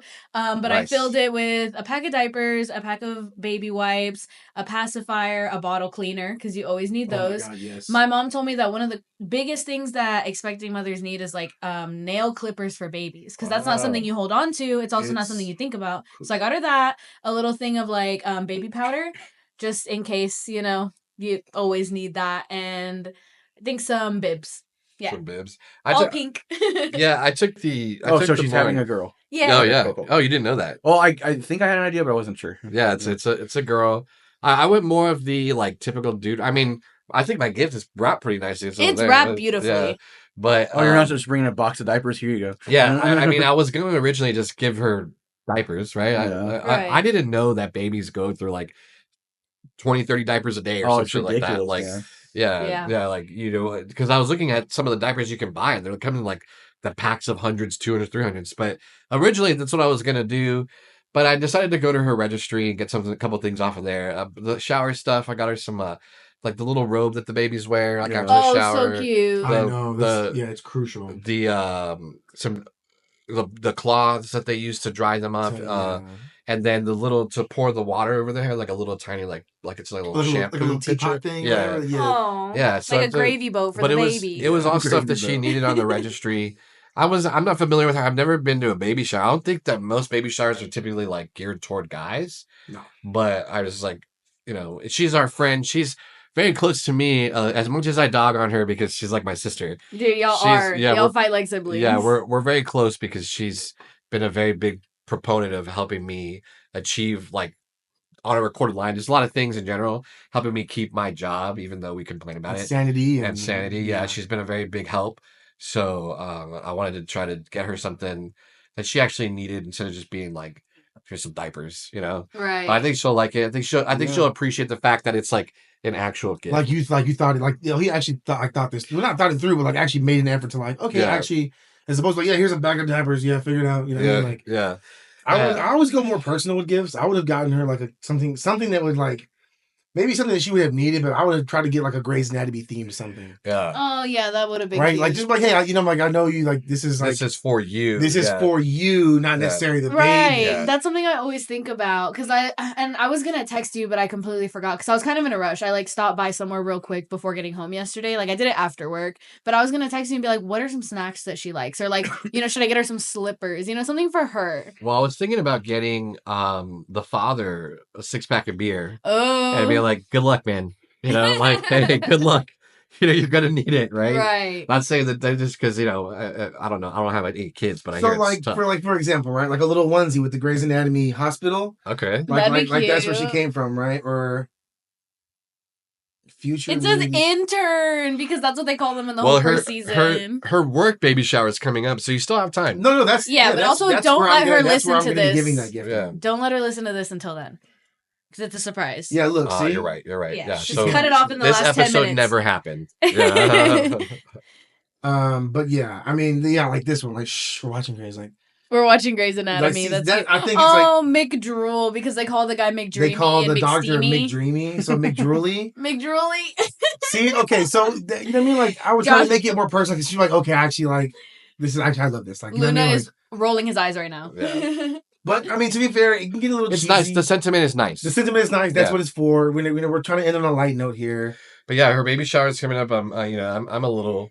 We're just gonna make an appearance. So I think show face. You know, Millie and I are gonna come in, congratulate, give some gifts, have some food. I have a pool party to be at 5 o'clock. Lucky. I have to go to Academy and get a Speedo. Why? No way. Why a Speedo? I don't know. That's what they want us to wear. Is this an adult? But I also am not going to do that. Is this an adult party? It's an adult party. Yes, there's no kids, but I'm just kidding. But for some reason, I don't know. For some reason, because they didn't tell me this. They're like, make sure you bring a Speedo, but I didn't. I think they're joking. Yeah. I mean, you should do it. He said, don't forget your Speedos. I'm like, oh, don't worry, I already have it on right now. I'm breaking it in. I sent him that picture. I hate you. And then my is buddy. This the guy that has you under Sweet Cheeks? No, this is my old supervisor when I work in a warehouse. Oh, cool. Sweet Cheeks is up here. He's on my favorites list. Well, so with the kissy face. Another. I guess I swim. I usually right behind you, Millie, is like all the equipment I use to swim. It's a swim bag with everything in it. Oh, I'm like, But Nothing. another guilty pleasure of mine is I actually do swim in Speedos when I go swim Really? laps. Yeah. I actually prefer being in a Speedo than being in like trunks. swim trunks or board shorts. I love trunks. Like if I go to a Yeah, beach, Speedo. if I'm in shape, we'll just let's preface that. If I'm in shape, decent shape, I don't have any muffin top love handles. Okay. I'm wearing a Speedo at the beach, at the lake, to the community pool. No regard for anybody else around me. I You don't can care. do laps at my pool. It has like the lines for laps. So. Oh, I thought you were just saying it's like I want to see you in a Speedo. Also that. Yeah, was like, I will be sad if I die You do without not seeing want to that. see this white Look at this white man. skin in a Speedo. I'm sorry, I will blind you. but I enjoy wearing a Speedo. You should. It's very invigorating. It's very freeing and liberating. So Yeah. if you're thinking about it, pick one up, man. No, yeah. I mean, I think. Well, so I think my buddy actually got me one. I don't know if he's being serious, but he messaged me on Thursday. Oh, by the way, we have to wear Speedos to the party on Saturday. So it's been double enforced. I think this is real. And I was like, yeah, I just got home. And I was like, I'm gonna pass on the Speedos. Like, well, I found us a matching set. They have bananas on them. So if he has them, I'll wear them. I don't think he's I being don't know serious. that. Yeah, I don't know that there's. I mean, Speedo is like a legit like swimming. Oh, no, I don't think he means the yeah. brand. I think he just means the. Oh, like banana hammock. Yeah. Yeah, just Okay. wear a banana hammock. Yeah, Yeah. but I don't. Yeah. I don't That's Okay. plan a on- I don't plan on crazy doing that. phrase. I'm jealous, honestly, because you're gonna be in a pool. I'm gonna Right, in the sun. And they also and there's gonna be some good fights on Dude, tonight. I And didn't- they have a TV hooked up to their pool. Where We you- should do we some can slips watch on TV. fights. Where's it at? Oh, is it a party? It's just a pool party. Who's at my buddy's fighting house. tonight? It's Patty? No, not Patty. Oh, the baddie. No, it's not Patty. Patty the I don't know, Baddie? it's not Patty the Baddie. Is it Sean? It is Sean O'Malley? Oh, okay. Right? Sugar Sean. Dude, they're having a thing. Sugar, it's Sugar Sean O'Malley, yeah. They're having a I thing don't at know who's my fighting, an though. auction at my gym again. Remember how I showed you the sports yeah. stuff? They had Poirier's gloves signed. Oh, nice. What? Like only, That's cool. someone only Awesome. someone only put $150 for him. I was like, golly, I need to get it on this. Mm-hmm. I see. I'm more of the sports card, as opposed to sports memorabilia. Yeah. Yeah, I will do like jerseys. He's Yeah. fighting Marab If I get Defalishvili, who apparently this is like the big probably the biggest fight that's happened this year, I think. Oh yeah. Yeah, I haven't really heard a lot Well, from Sean the for a last while. fight that Sean fought, Sean O'Malley, Sugar Shade. Sean O'Malley fight, he got absolutely wrecked in Mexico. Yeah. Yeah. Bodied, bro. There was no fight in him. I don't know. It was kind of sad to watch, honestly. Was it? Yeah, I didn't. I think it was the first UFC fight they did in Mexico, and he got cooked. It was crazy.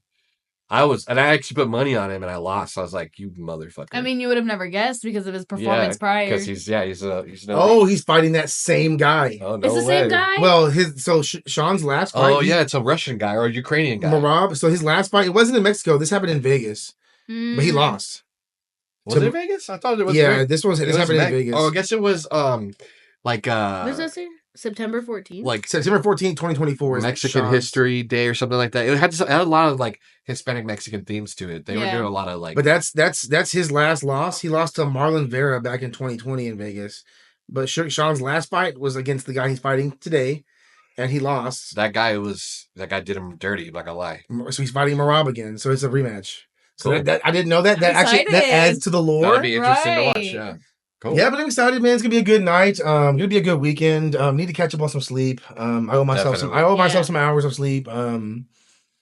Chach, before you go, let us know when your next show is. Yeah, let me plug this real quick. Yeah, plug July yourself. 19th at the Rock Box. I will send more details on the way. It's gonna be a pretty good show, like 6 or 7 bands playing. So Nice. yeah, it's gonna be nice. Again, at the Rock Box, July 19th.